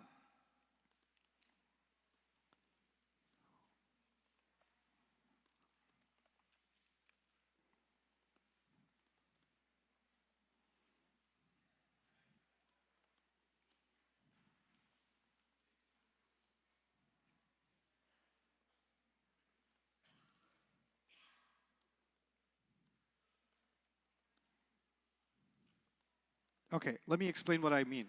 If you see al at the beginning of a word, then the question of light and heavy becomes what? Invalid. We don't ask if it's light or heavy. We don't care. We don't care. Okay? The only time we care about light or heavy is if it does not have al on it. So you never say to me or anyone else, oh, the word al-kitabu is light. Wrong. The word al-kitabu does not allow the question light versus heavy. It's not a thing. Okay? So the moment you see al, and I say, tell me if this is light or heavy, you say, invalid question. The moment you see what in the beginning? Al. Then you don't care about light and heavy. Okay? And again, you'll learn over time why that's important. So let's do this exercise. This is page 7, I believe, isn't it? Or 8? Okay, this is 7, yeah. Okay. So we have to identify whether this guy is light or heavy. These are some hard words. Before you figure out if it's light or heavy, you need to know if it's a sound or a combination. The trick now is, for every combination, there's a normal version and a light version, so you gotta think a little deeper now. So muallimi, my first question is this a sound or a combination? Soundmination is not a word.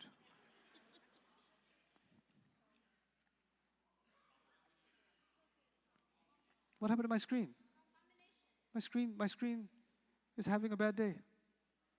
Okay, bring my screen back, but at least you can see, oh, it's back, okay. Muallimi doesn't actually have a sound at the end. It's no un and in. It's not a sound. But could it be the light version of something you know? What could it be the light version of? Muallimi. This is a light, plural, nasab or jar combination. It's the masculine chart. It's ina. It's just the light version. So the answer here is what? The correct answer here is what? Light. Okay? That's number 1. Yeah.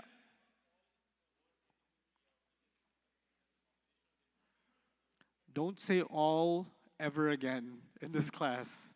For every time I see a ya, is this going to happen? No. Every time you see it in this class, today, that's going to happen. The world will keep getting more and more complicated as life goes on. Okay? So your questions, if they begin with every single time, don't do it.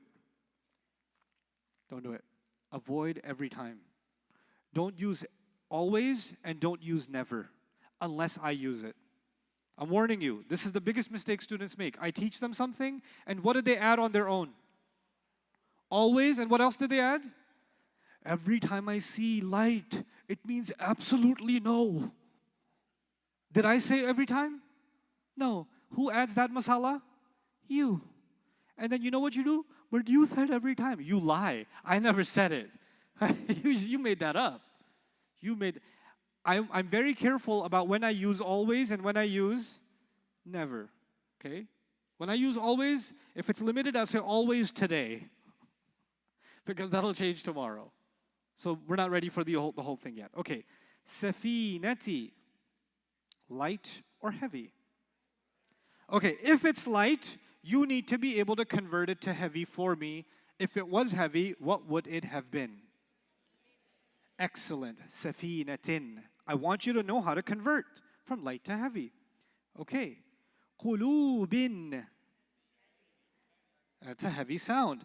What's the light version of it? That conversion is important, yes? Okay. Hadaiqa. Light. What would have been the heavy version? Hadaiqan. Okay.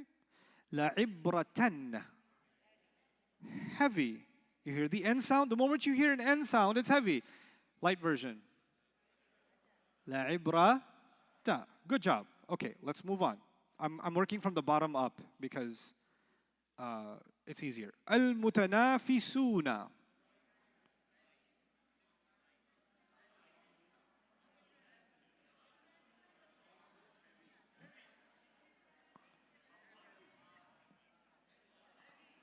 Okay. You know what? Let's be democratic here. Let's be democratic. Heavy, light, invalid. Why is it invalid?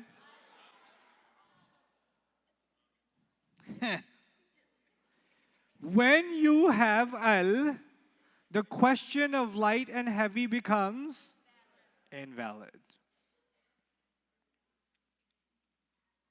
Kawa'iba.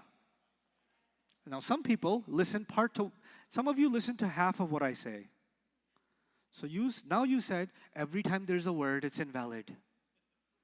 Kawa'iba, invalid. No, I didn't say that. If it's al in the beginning, then the question of light and heavy is invalid. Is the question of status invalid? No. Is the question of number invalid? Only one thing is invalid, which is what?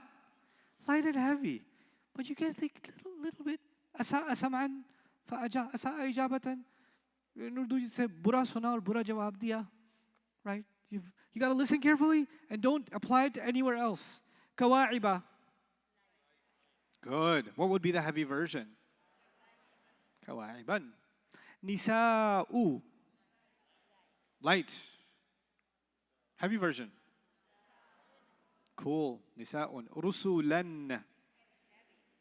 Heavy. Good. Heavy. Light version. Rusula. La. Because once you take the an off, what goes away with it? Remember Musliman?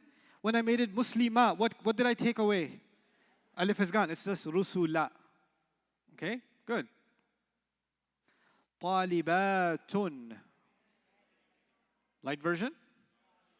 Talibatu. Good job. Okay? Let's see if there's more. Qamisun. Heavy. Light version. Good. Rasula. Light. Heavy version. And if you were to write it, it would be Rasulan with an alif. Good. Rasulan. Nice. Asatiru. Heavy version would have been? Asatirun. Yes. Laghwan. Heavy. Light version? Would it be written differently? What would be different? There wouldn't be any alif. Laghwan would be laghwa. Zalimi. Ooh. Is it light? Go back to question number 1. Remember muallimi on top? It was the light version of what? Muallimi na. So zalimi is the light version of zalimi na. Very nice. Oh, there's more. Okay, I'm going to let you discuss this with each other. I want to figure out what this is. Look, if you say light, great. I need the heavy version then. If you say this is light, you will prove to me by giving me the alternative heavy version.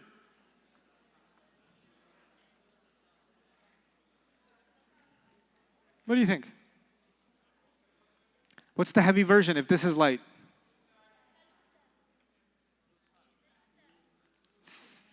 Thulu what? Thuluthan? Nope. Thuluthani? Thuluthani. Let me zoom in, maybe you could see it better. Thuluthani. You're right. You're right. I was just building confidence. Okay. Thulutha. Look at it. Let me explain this one. I'm going to erase this. Thulutha.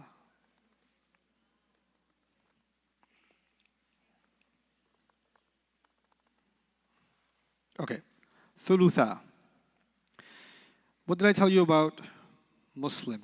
I'll come back to this word in a second. What did I tell you about? Oh man. Come back. Musliman. What's the light version? Do I write an alif or no? I don't write it. When I make it light, the alif is gone, right? Okay. So now the word I just came across was thulutha. So if you're saying it's light, it shouldn't actually have the alif, but it does, which means it must not be the light version of thuluthan. It must be something else. Now let's try this. Muslimani. Sorry, I mistyped. Muslimani. What's the light version? Muslimani. What do you do to make it light? You get rid of what? You get rid of what? Noon. You keep everything else as it is. If I get rid of this noon, what's left? Muslima. Isn't it? All I removed was the noon to make it light. So Muslimani, the light version is Muslima. Now my question was, Thulutha. That must be from what? Original. Thuluthani. You understand the problem? Okay, it's a trick question. Let's see, number 19. An-nashitati.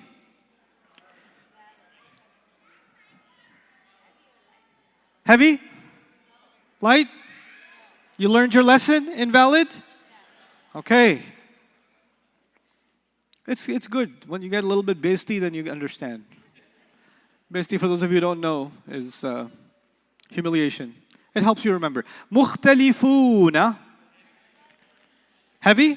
Because it's on the page 6 chart. Page 6 is all heavy. All of page 6 is heavy. So Muslimuna, if it matches, heavy. Fine. How do you make it light? Mukhtalifu without the noon. Mukhtalifu without the noon. Al-banuna. Light. Heavy. Heavily invalid. Why? Al-aina. Okay, you should be able to do this one now. Come on. Come on. Aina. It must be the light version of aina ni. Ain means eye. Ain means eye. What does aina mean? 2 eyes. It's for weird reason it's light, but it means 2 eyes. Ain also means waterfall. It means eye, it also means waterfall. So what could aina also mean? 2 waterfalls. But unusually light, which we don't know why. Okay? Kalimati. Light. What's the heavy version? Kalimatin. Wonderful. Qawlan. Heavy. Light version. Qawla. With an alif or without an alif? Without an alif. Qawla. Jahannama. Light. Light. Jahannaman, which is not correct, but yes, Jahannaman. I'll explain that in a second. Hadithu. Light. Heavy version. Hadithun.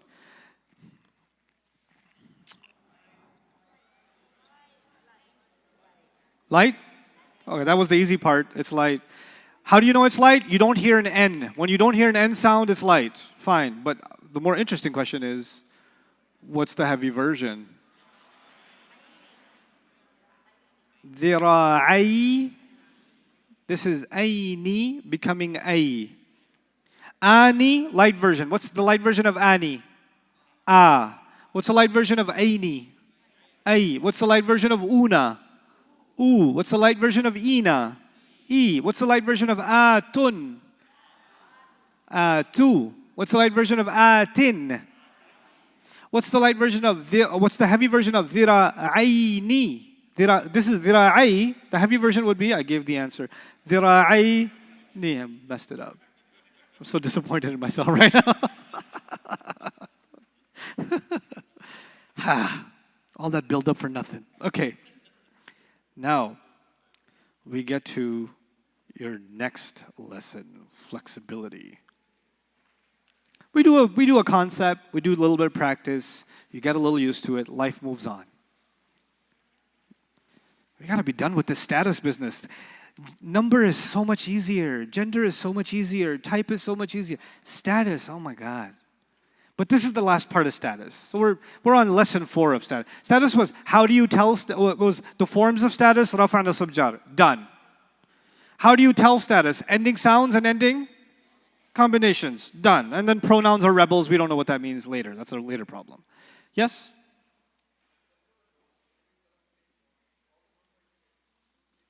No. But sometimes I want you to write it anyway because there's this principle, qayyidul ilm. Some things you write down just get stuck in your head.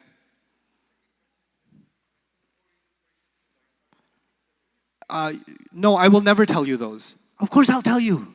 The question was, you said there are 4 reasons to make a word light. Will you tell us? No, I just told you to burn you on the inside. I just wanted you to feel, no, of course I'll tell you. Just when I feel like it. This is my boat, this is not your boat. I'm captain, you're not captain. I'm kidding. We'll get there, when it's time. You guys are familiar with immigration, okay? Well, Muslims know immigration for some reason. When it comes to immigration, you can think of it as if you could divide a country by ethnicities, you can divide a country by economic situation, right? Income brackets. You can also divide a company population by immigration status. And basically, you can come up with 3 groups of people.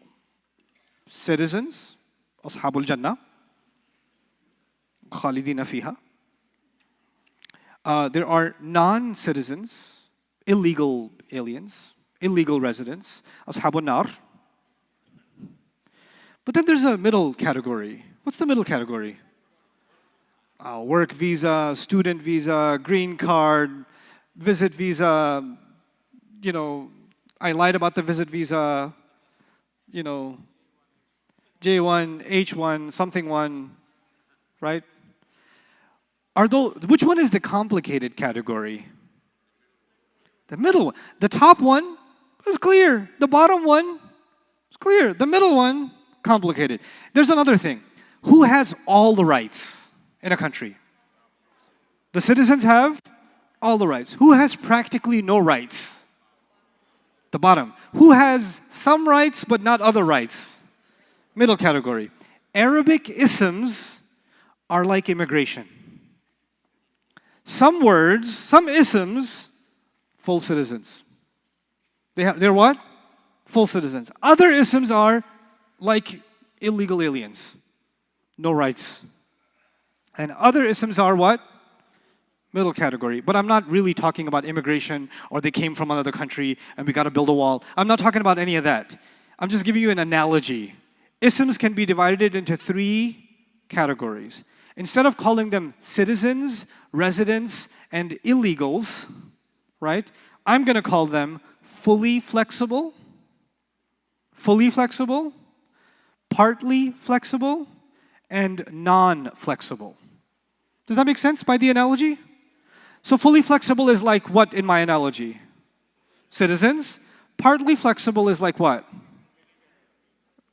Middle category. And non-flexibles are like what? Illegals. So far, everything I have taught you, Muslimun, Musliman, Muslimin, sounds, combinations, light, heavy, all the stuff I taught you is about the majority of the Arabic words which are citizens, which are fully flexible. So we don't really need to learn that because that's all we've been learning so far. You just didn't know that they're called what? Fully flexible. A fully flexible word, you can make it light, you can make it heavy. You can make it singular or pair or plural. You can make it rafa, you can make it nasab, and you can make it jar. You could do all kinds of things with a fully flexible word. You with me? Now, I'm going to show you the opposite extreme. What's the opposite extreme of fully flexible? Okay, so I'm going to start with non-flexibles. Don't write this down yet. It's in your notes, but I'll show you. Non-flexibles.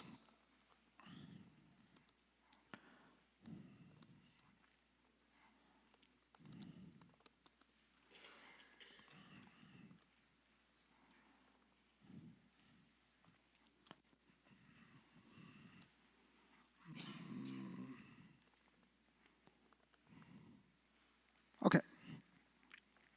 What's the first word you see? Hudan. Anyone know what huda means? Okay.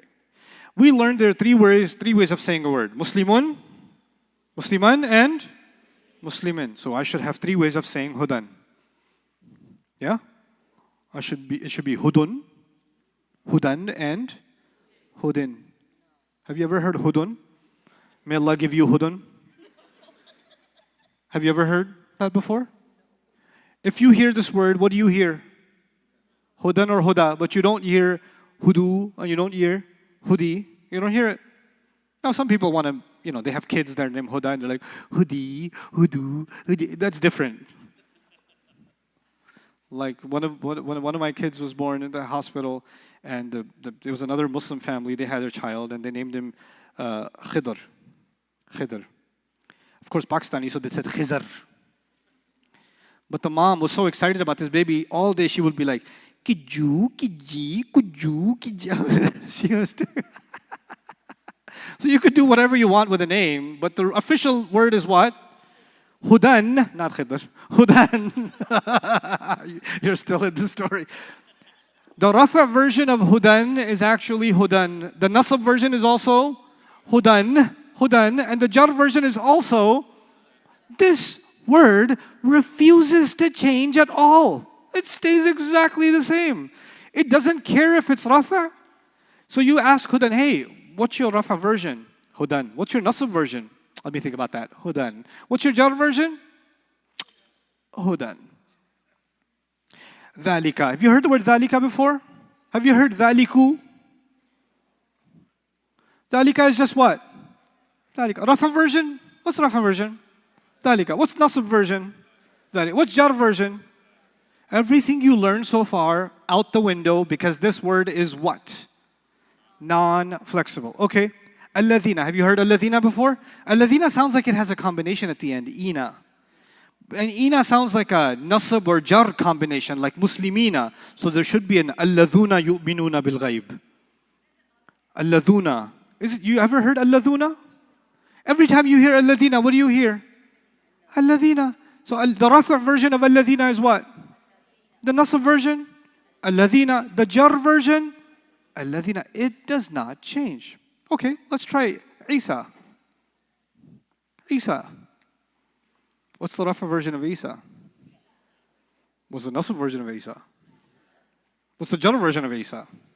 Musa. Musu? Musi? It's only Musa, Musa, Musa. Those of you that were around in the 70s, Marsha, Marsha, Marsha. Non-flexible. Okay? It's completely non-flexible. Musa, Musa, Musa. Isa, Isa, Isa.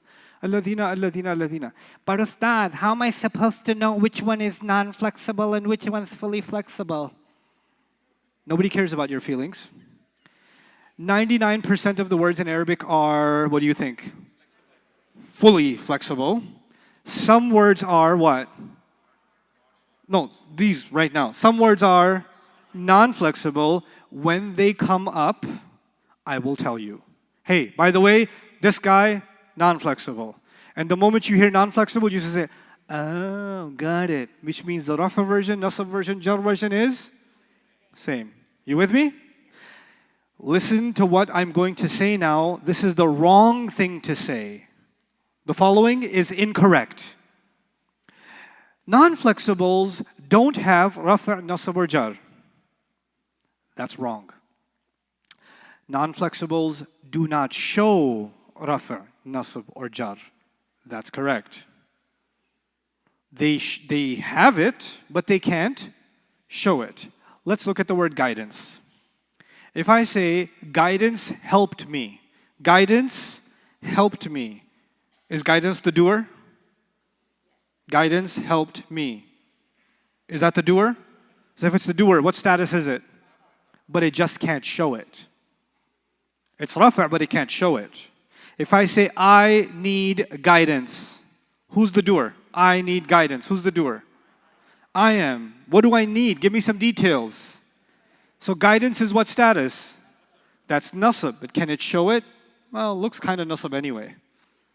But not because it can show it. What if I say, this is a book of guidance? Book of, O-F, guidance. What comes after of? It's jar, but can it show it? No. It can't show it. You with me? So, some words can tell you their rafa clearly and they can show it. They can show you their nasab, they can show you their jar. But some words will not show it to you. The words that don't show it to you, we call them what? Non-flexible. Okay. And how will you know which words are non-flexible? You're going to wait for me. Okay? Yes. These are all, we're only talking about certain words. I haven't given you the spectrum. But look at some of them. Isa, do you need a plural for Isa? No. No, you won't need it. Okay, now, the complicated category is what?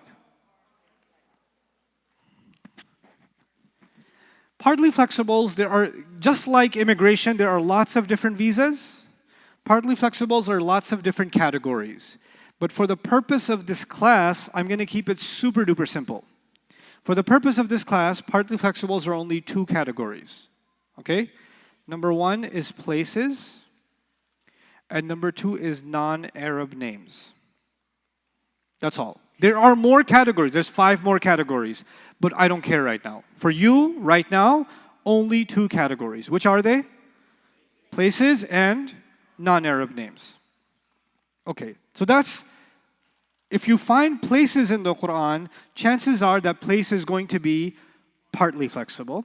And if you find names in the Quran, chances are that name is going to be partly flexible because most names in the Quran are not Arab. Most of the people Quran is talking about are not Arabs. Okay? Our Prophet, of course, is Arab. Salih alayhi salam is Arab. Shu'aib alayhi salam is Arab. Hud alayhi salam is Arab. All the other prophets are non-Arab. So it's only 4 that are Arab. I'll say that again. Our Prophet, that you better know already. Salih, Shu'aib, Hud. Salih, Shu'aib, and Hud. That's it. Those are the Arab prophets. Arba'atum min al-Arabi. 4 of them are from the Arabs. Which 4 are from the Arabs? Our messenger plus Salih, Shu'aib, Hud. That's it. Those are the Arabs. So all the other prophet names in the Quran fall under which category? However, I'll tell you one trick. They fall under partly flexible. But some names end with alif. Some names end with what? Yahya, Musa, Isa, right? Yusha, right? There's names, Yusha is not in the Quran, but names, sometimes they end with what? Alif. When they end with alif, even though they're foreign names, they drop to the 3rd category. What's the 3rd category? Non-flexible. Because Musa, you can't do anything with it. Musa, Musa, Musa. Isa, Isa, Isa. Yahya, Yahya, Yahya. Names that end with alif have an additional problem, so they become non-flexible. But I'll explain what partly flexible means. Yes? Musa will always be non-flexible.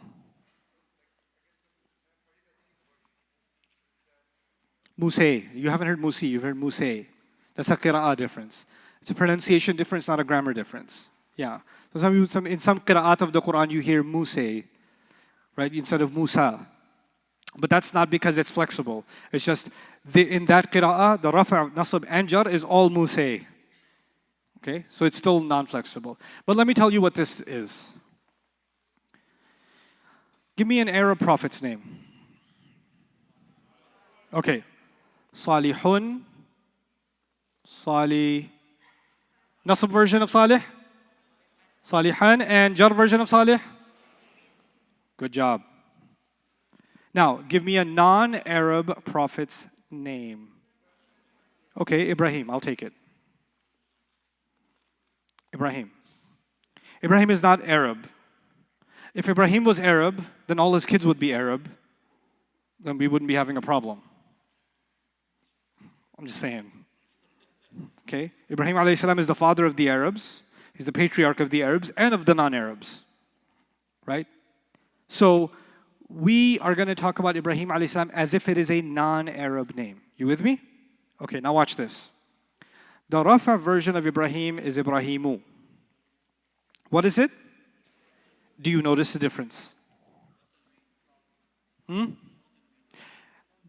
Non-Arab names do not have the right to be heavy. It's an Arab immigration policy. Non-Arab names cannot eat that much. They have to stay light. If it's a non-Arab name, you cannot say Ibrahimun. Can't do it. Not allowed. Sorry. Policy is policy. You don't have citizenship, you don't get tanween. Okay? Ibrahimu. Okay, can you help me with the nasab version? Yeah. Ibrahima. Because I was going to say Ibrahiman, and the Arab grammar police came and said, wait. Hold on, sir. You're not Arab. If you're not Arab, we don't let you have our un and in. That's only for the Arabs, my friend. So Ibrahima. I used to have a friend in college. His name was Ibrahim. He was Moroccan. And you say, اسمك غير عربي. Your name is not Arab. You say, مش تقول في القرآن. It's in the Quran. عربي. I was like, غير عربي. عجمي أنت. عجمي. I was an Islamic troll in college. So the Rafa version is Ibrahimu. The Nasab version is what? Ibrahima. Already, do you notice the difference between Salihun and Salihan and Ibrahimu and Ibrahima? Now we get to what version? That version. Take a guess. They were going to say Ibrahimi. Let me tell you something about the E sound. The E sound looks like you're smiling. E. And Arabs said, we don't like immigrants smiling. You can't have E. You know what? Learn to share with Nasab. Ibrahima. The Rafa version of Ibrahim is Ibrahimu. The Nasab version is Ibrahima. And the Jar version is also Ibrahima. There is no such thing as what? Ibrahimi. Okay? Let's try Shu'aib. Who would like to try Shu'aib? Yes, young man? Shu'aibun or Shu'aibu? Shu'aibun? Shu'aiban? Shu'aib. Why? Why are you giving all these rights to Shu'aib? Arab.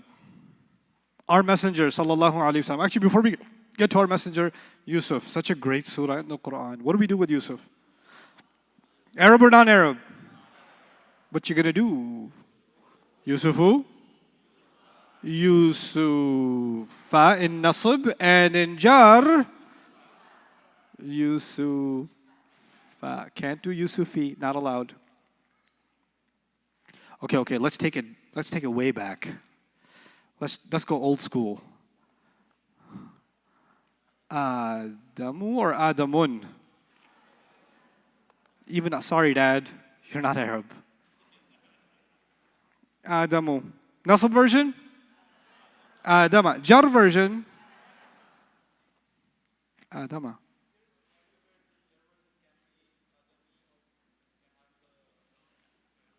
What do you want to know? I don't want to tell you yet. I'll tell you when that happens. They have a saying in Arabic I say to my students all the time. خُذْ مَا طَفَّلَكَ. Actually, I want you to memorize that one because I'm going to say that to you a lot. خُذْ مَا طَفَّلَكَ. Say it. خُذْ مَا طَفَّلَكَ. خُذْ مَا طَفَّلَكَ. خُذْ مَا طَفَّلَكَ. Who's got it? Who's got it? Who's going to say it to me?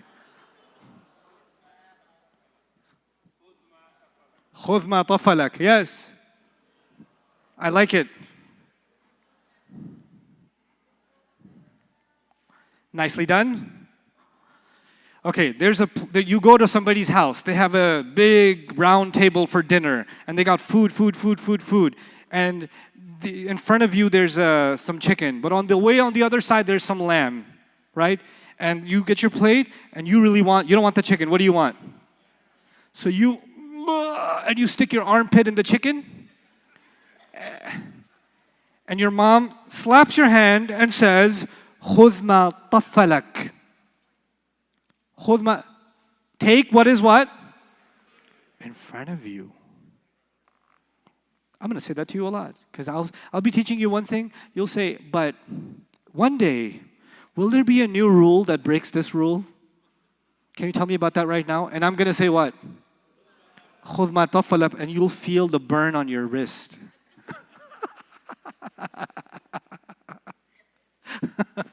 خُذْ مَا طَفَّلَكَ. Okay. Alrighty. So let's try. Okay.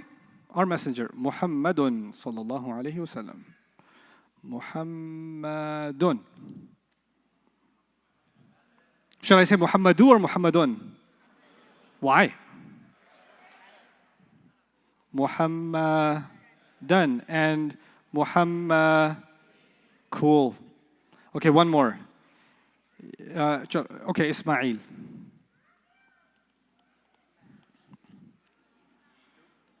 Ismailu.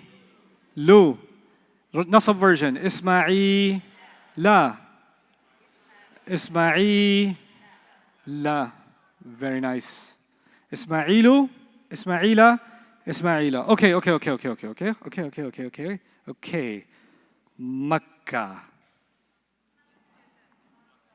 رفع نصب جر. مكة. مكة. مكة. Wrong. Let me take you up. What did I say? Places and non-Arabs. Is Makkah a place? Aha. And so what are we going to do with Makkah? Makkah to, but it's an Arab place. Did I say it has to be an Arab place? No, I just said it has to be a place. So, Makkah ta and Makkah ta.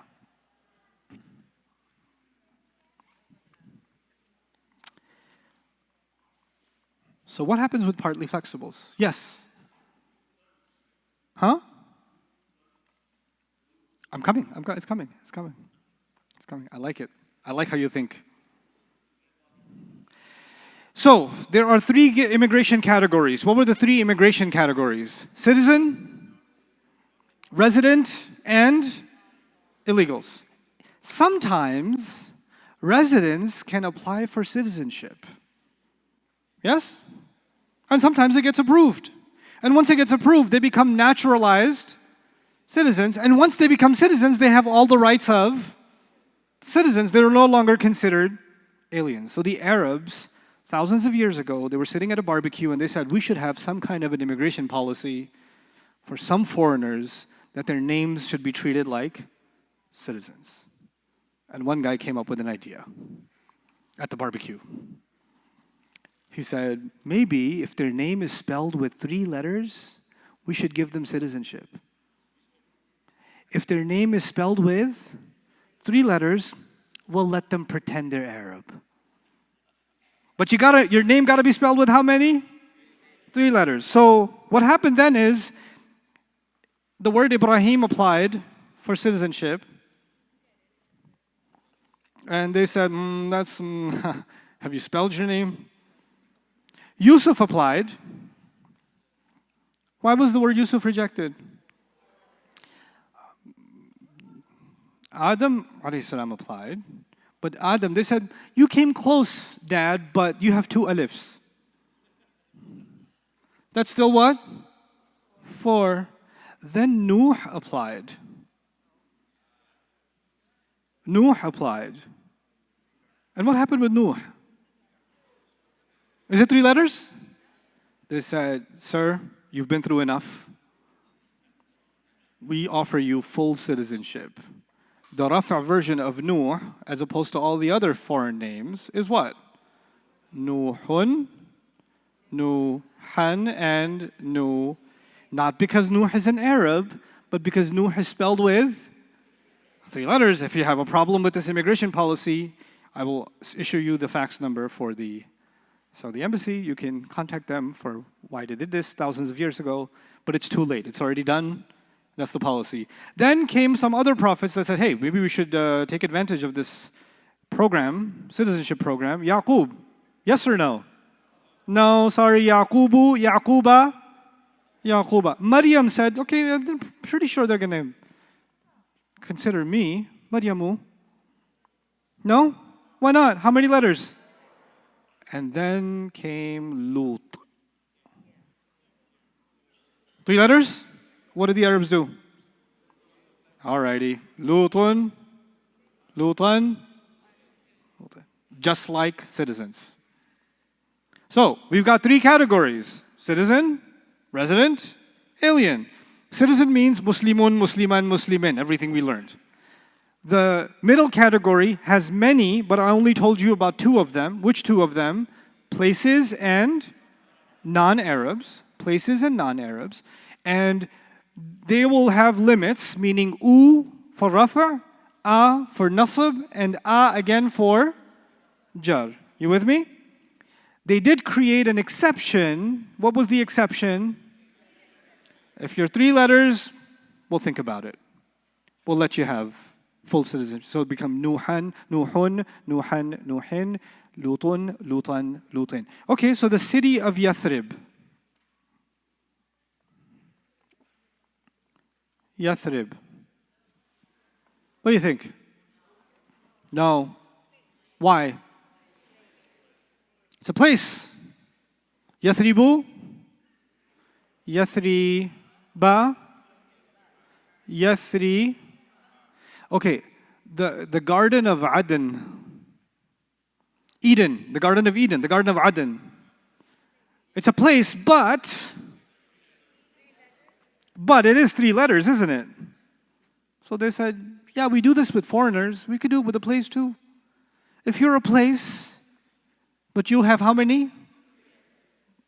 We'll let you get away with it. So what did they do with Aden? I'm coming to your question. And, yeah. Oh, you say, why not Makkah then? And Makkah filed a complaint. You gave Aden, but you didn't give Makkah. They say, sir, there's 2 kafs. It's not Makkah, it's Makkah, it's 2 kafs, you're 4 letters. Fine. Okay? Medina is not even a name. Medina is an Arabic word, it means city. Yathrib is the name. Okay? Okay. So now let's write some things. Actually, let's look at your notes and see if the notes make sense to you now. Go to flexibility, page 9. It says there are 3 categories of flexibility. Is that clear already? Then it says fully flexible. And then it says most isms are fully flexible. Is that clear? Then it says they can be heavy or light because they have all the rights. They want to be light, they can be light. They want to be heavy, they can be heavy. They can show all statuses, rafa or nasab or jar. Sounds, combinations. Basically, fully flexible means you can use the entire Muslim chart on page 6. That's what that means. Okay? Then we get to non-flexible, the extreme. The extreme opposite. What do we learn about non-flexibles? They only have one form. Isa, Isa, Isa. Huda, Huda, Huda. Remember? One form, no changes. Looks the same in all statuses. Some words that are non-flexible are words ending with alif, like dunya and Musa. So dunya, dunya, dunya, Musa, Musa, Musa. And all ism mawsul. You don't know what ism mawsul are. We can skip this part because we don't know that yet. We can go over to partly flexible. We'll come back and understand that in a couple of days. But for now, we can go to partly flexible. What's the first limitation on partly flexible? They cannot be heavy. And they cannot take a kasra. Kasra means what sound? E sound. They cannot take kasra at the end. It has two forms. One for rafa and one for nasab and jar. Does that make sense? Yusufu is for rafa and Yusufa is both for nasab and for. So if you see Yusufa in the Quran, what's your answer? It could be nasab, could be? Excellent. Excellent. Yeah.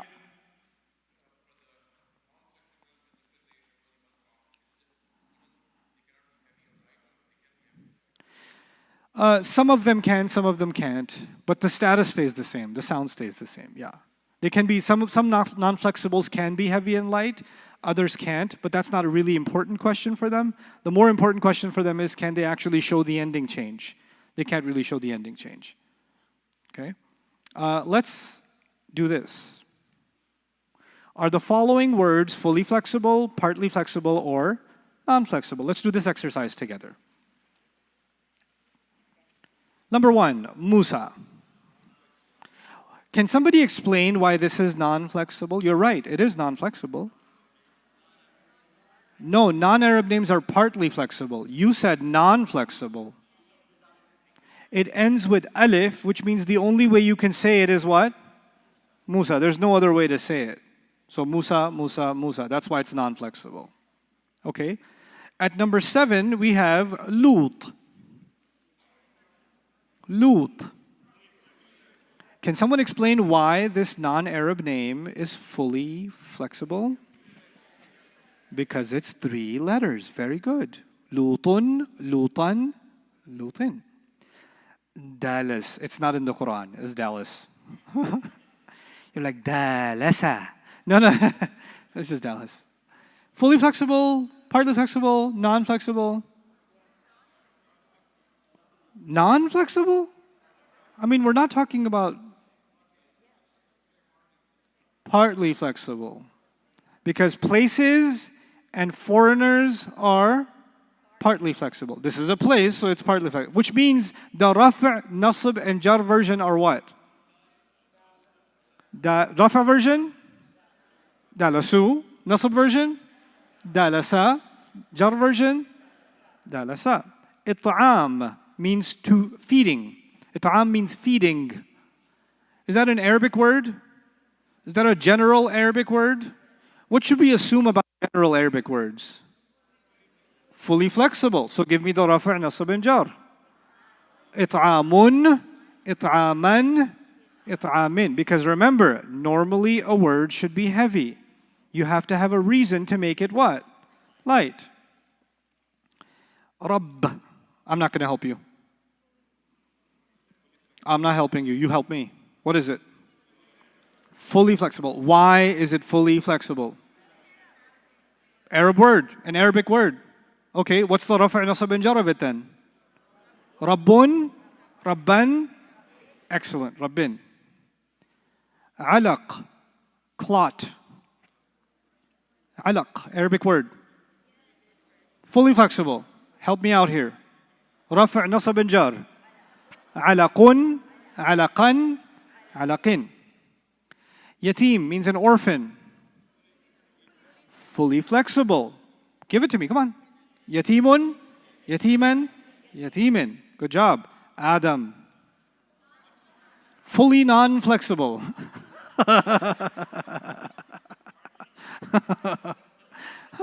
full of naan.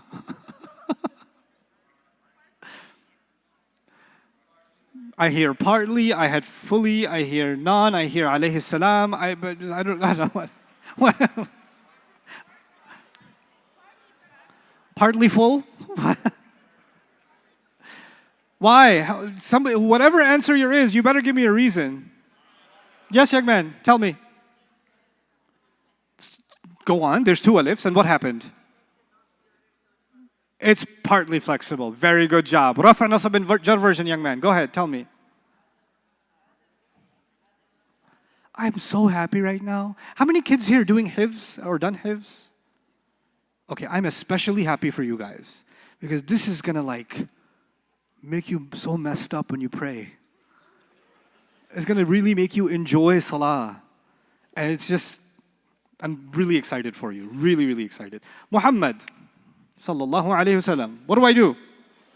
Good. Reason.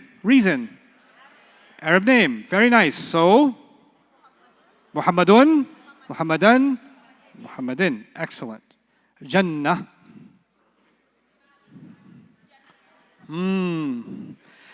Let me help you before you get a headache.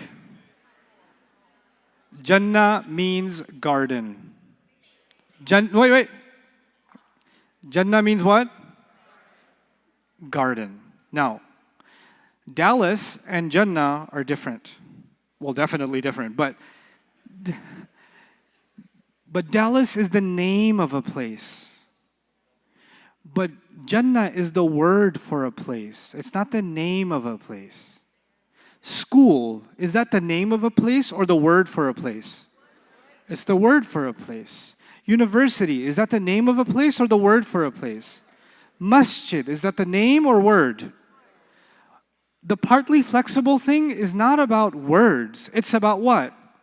Names. With that in mind, is Jannah a word or a name? It's a word.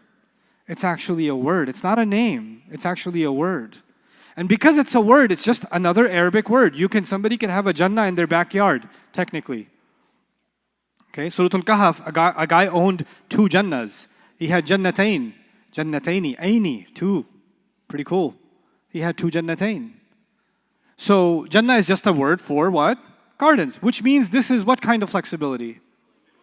So give me the rafa', nasab and jar. Now tell me about this word. Is it wearing a hijab at the end, this word? Which means which chart does it follow? Jannatun, Jannatan, Jannatin, Jannatani, Jannataini, Jannataini. Now, the Muslimatun chart was Muslimatun, Muslimatin, Muslimatin. What should this be? Jannatun, Jannatin, Jannatin, Tajri min tahtiha al-anhar. That's why you hear that all the time. Okay? That's the feminine plural. Yeah. There's no such thing as a foolish question. So we say the garden. I'll on it. Yeah. Yusuf. Non-partly? Partly non? Give me rafa nasab and jar. Yusufu. Yusufa. Yusufa. Safina. It means ship. It just means ship. What do you think? A regular Arabic word, so Safinatun, Safinatan, Safinatin. Qalam. Qalam is what? You know, I haven't told you a single joke in this class. That's a violation. I have to do 2 things in this class. I have to at least tell 1 joke, and I have to at least share something about the Quran. And I've done neither of those, and it's already day 2. Partly non. That was a joke, but not really.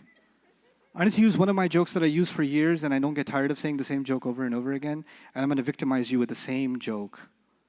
True story. Back in India, before the partition, the British ran the education system. And they imposed their education system on Muslims and Hindus and Sikhs. We're all going through the same education system. And they used to have a class where the Muslims can learn some Arabic.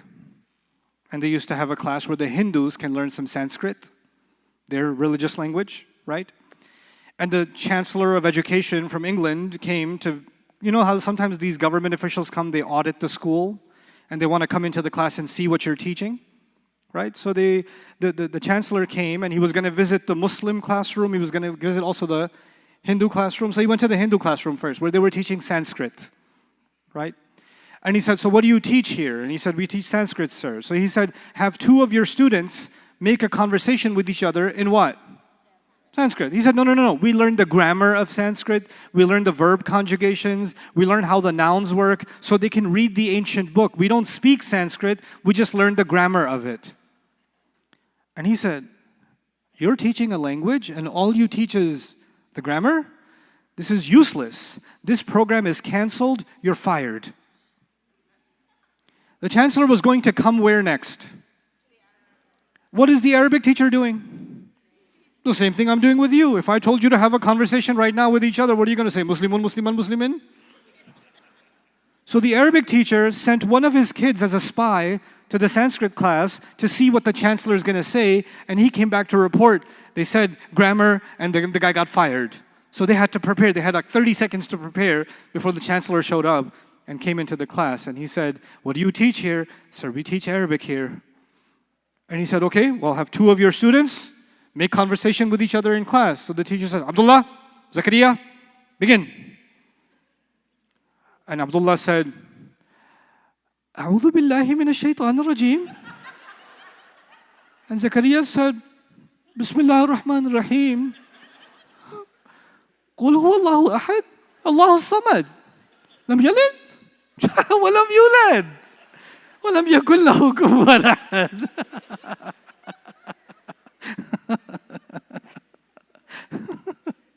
Okay, that's out of my system. All right. All right. Tell me about qalam. Means pen. So therefore, qalamun, qalaman, qalamin. Nar. Nar means summer in Texas.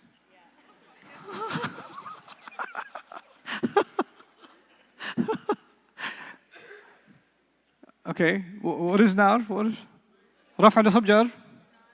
نار نارا نار. الرجعة. It is irrelevant because it has al. Wrong. The alif lam making something irrelevant wasn't about flexibility. Alif lam was about light and wrong placement. It ends with, what do you think are the 3 ways of saying ar-ruj'a? Ar-ruj'a, ar-ruj'a, ar-ruj'a, which makes this non-flexible. Very nice. Okay. This is, by the way, these 3 days are the hardest 3 days of the Arabic class. You're in the hardest part, and you're doing good. Ibrahim. Ibrahimu. Ibrahima. Ibrahima. Excellent. Rasul. Give me. Rafa nasab jar. Rasulun. Rasulan. Rasulin. Because it's fully flexible. Musaytir. Controller. Musaytirun. Musaytiran. Musaytirin. Sahib. Companion.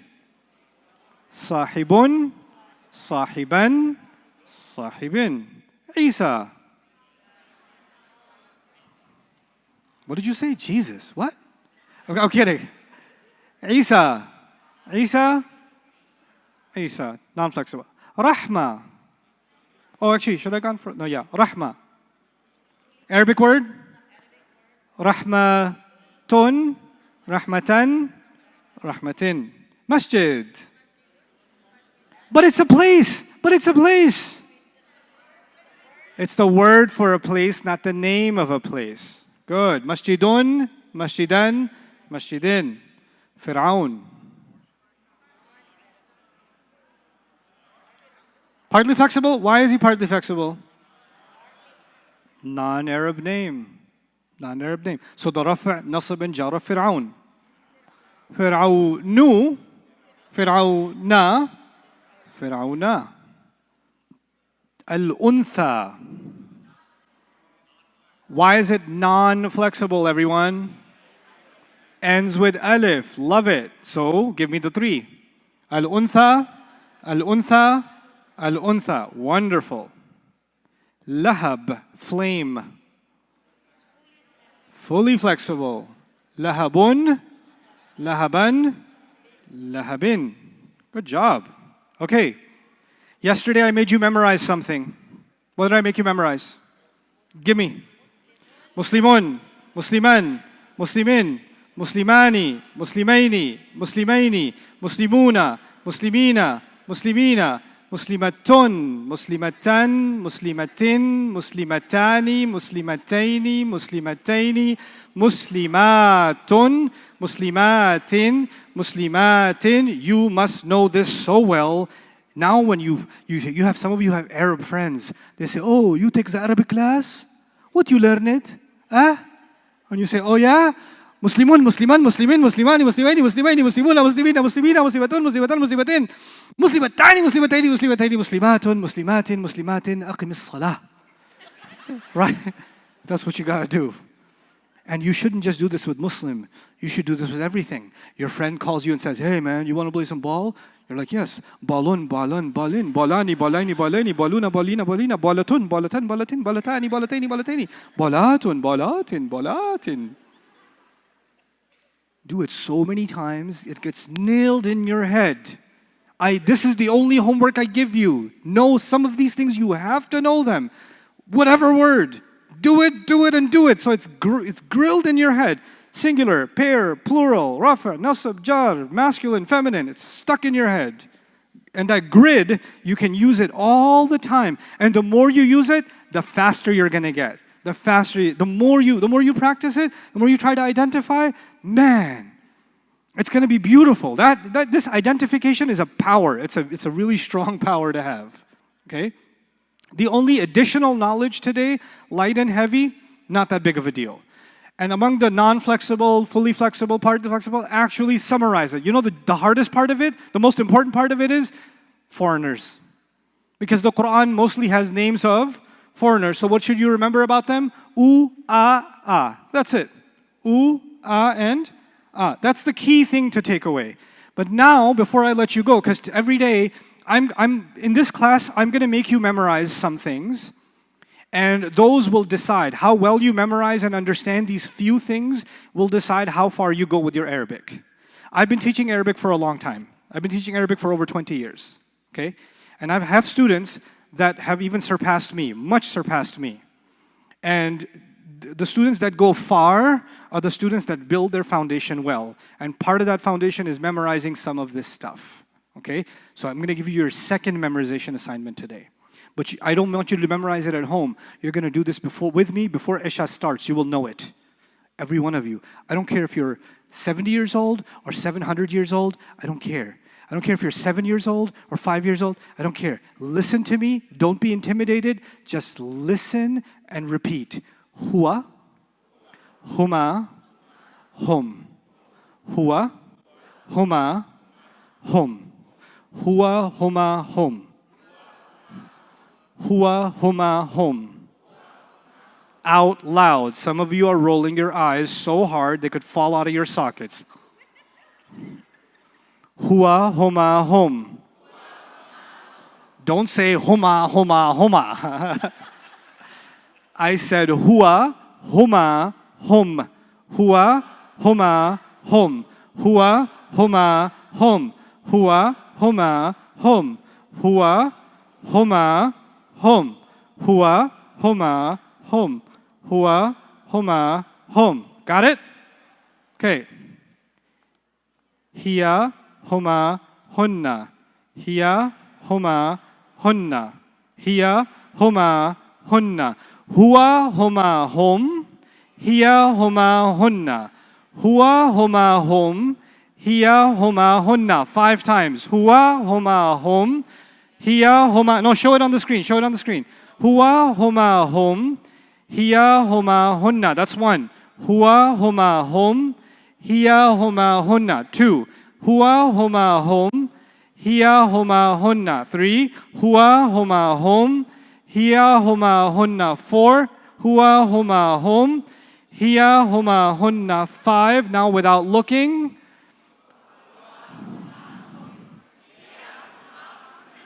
Huwa, huma, hum. Hiya, huma, hunna. That's 2. 3. 4. I need 5 men and 5 women to volunteer to try this. Let's see who wins. Ladies' side or gentlemen's side? Let's go. Somebody, my condition, only people who have not raised or been called on the entire class so far. Only those people can participate. Yes, sir. Should I count you on that side or this side? Which side you? That side, okay, yeah.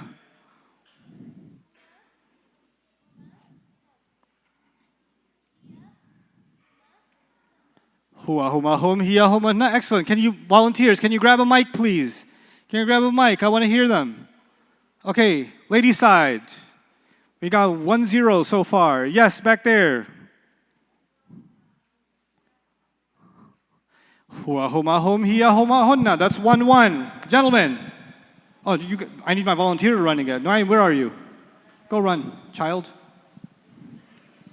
You should be like the tennis ball boy thing. That's Nouman right there. Okay, guys. Okay, take it back there. Wait. He's coming, he's coming. Run, run, run. Raise your hand, raise your hand. Huwa, huma, hum, hiya, huma, hunna. Impressive. Ladies' side. Don't pick you? Okay, yeah, it's you.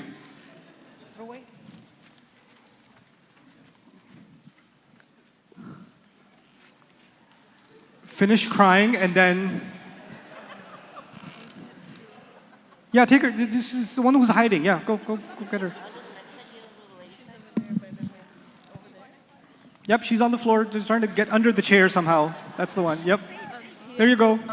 Here's the mic. Oh, the mic. This is recorded forever on the internet. You'll be like, everybody will remember that. They will play this at your wedding one day. Come on. Okay. Hiya, huma, hun. Very feminine of you. However, we don't start with hiya. Sorry. Huwa, huma, hum, hiya, huma, hunna. Excellent job. Very good. Very good. Very good. Okay, good confidence. Huwa huma hum, hiya huma hunna. Guys, come on. All the way in the back. That young man in the blue. All the way in the back. Let's hear it. Huwa huma hun, hiya huma hunna. Huwa huma hum. Hum. Hiya huma. The only N is where? Because ladies, when they get together, they just want to do something different. You remember? Everything was going fine. Show the screen. Huwa, huma, hum, hiya, huma. And the women said, na'a, hunna. Hunna. Let me tell you what this means now. You can turn the mic off, Raifi. Turn it off. Okay. Huwa means he. Huwa means what? He. Huma means both of them. Huwa means what? You're not writing any of this down. Just here. Huwa means what? He. Huma means both of them. Hum means they. They. So when you memorize these 3 words, the first one is 1, the second one is 2, the third one is more than 2. Easy logic. Huwa, huma, hum, he, both of them, they. The second line is feminine. Hiya, she, huma, both of them, meaning both of those ladies. And then hunna, them ladies. Okay? We don't have a they for ladies. Some people call it deshi. We're just going to say them ladies, just to be clear, okay? So huwa means what? he, huma, both of them, hum, hiya, she, huma, both of them, hunna. What did I say? What bad English did I give you? I didn't say deshi. I made fun of deshi. All the deshis always do this. Them ladies. Them ladies, okay? Okay, now, let's say if you remember it. Huwa, huma, hum, hiya, huma, hunna. Listen again. Anta, antuma, antum. Anta, antuma, antum. Anta, antuma, antum. 5 times. Anta, antuma, antum. Anta, antuma, antum. Anta, antuma, antum. Anta, antuma, antum. Anta, antuma, antum. Anta, antuma, antum. Huwa, huma, hum. Hiya, huma, hunna. Anta, antuma, antum. Okay, anta, antuma, and antum. Okay? Now, from the top, who's got it? Huwa, huma, hum. Hiya, huma, hunna. Anta, antuma, antum. Next line, quickly. Anti, antuma, antunna. Anti, antuma, antunna. You may look at page 18 now. Anti, antuma, antunna. Anti, antuma, antunna. From the beginning, read it with me. Huwa, huma, hum. Hiya, huma, hunna. Anta, antuma, antum. Anti, antuma, antunna. Once again. Huwa, huma, hum. Hiya, huma, hunna. Anta, antuma, antum. Anti, antuma, antunna. Say it to each other right now. You have 30 seconds. Come on. From memory. Try it.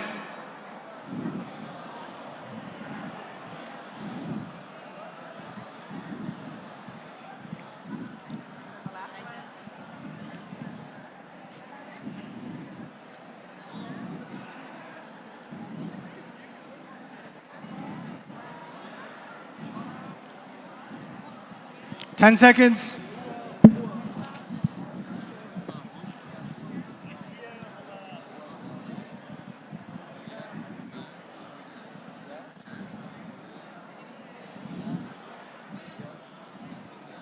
Okay, time's up.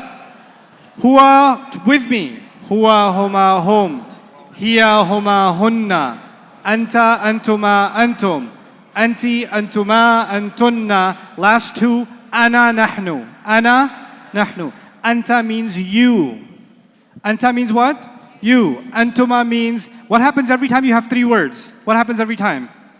1, 2, and 3. So if you know the first one, you can tell what the other 2 mean. Anta means you. So antuma means both of you. Antum means all of you. Anti means, very good, Yushi. Yes, Yushi. Like Mario. Yes, Yushi, Mitsu. Yes. Shiu. I don't know what else. It's the feminine you. We don't have a word for it. Okay?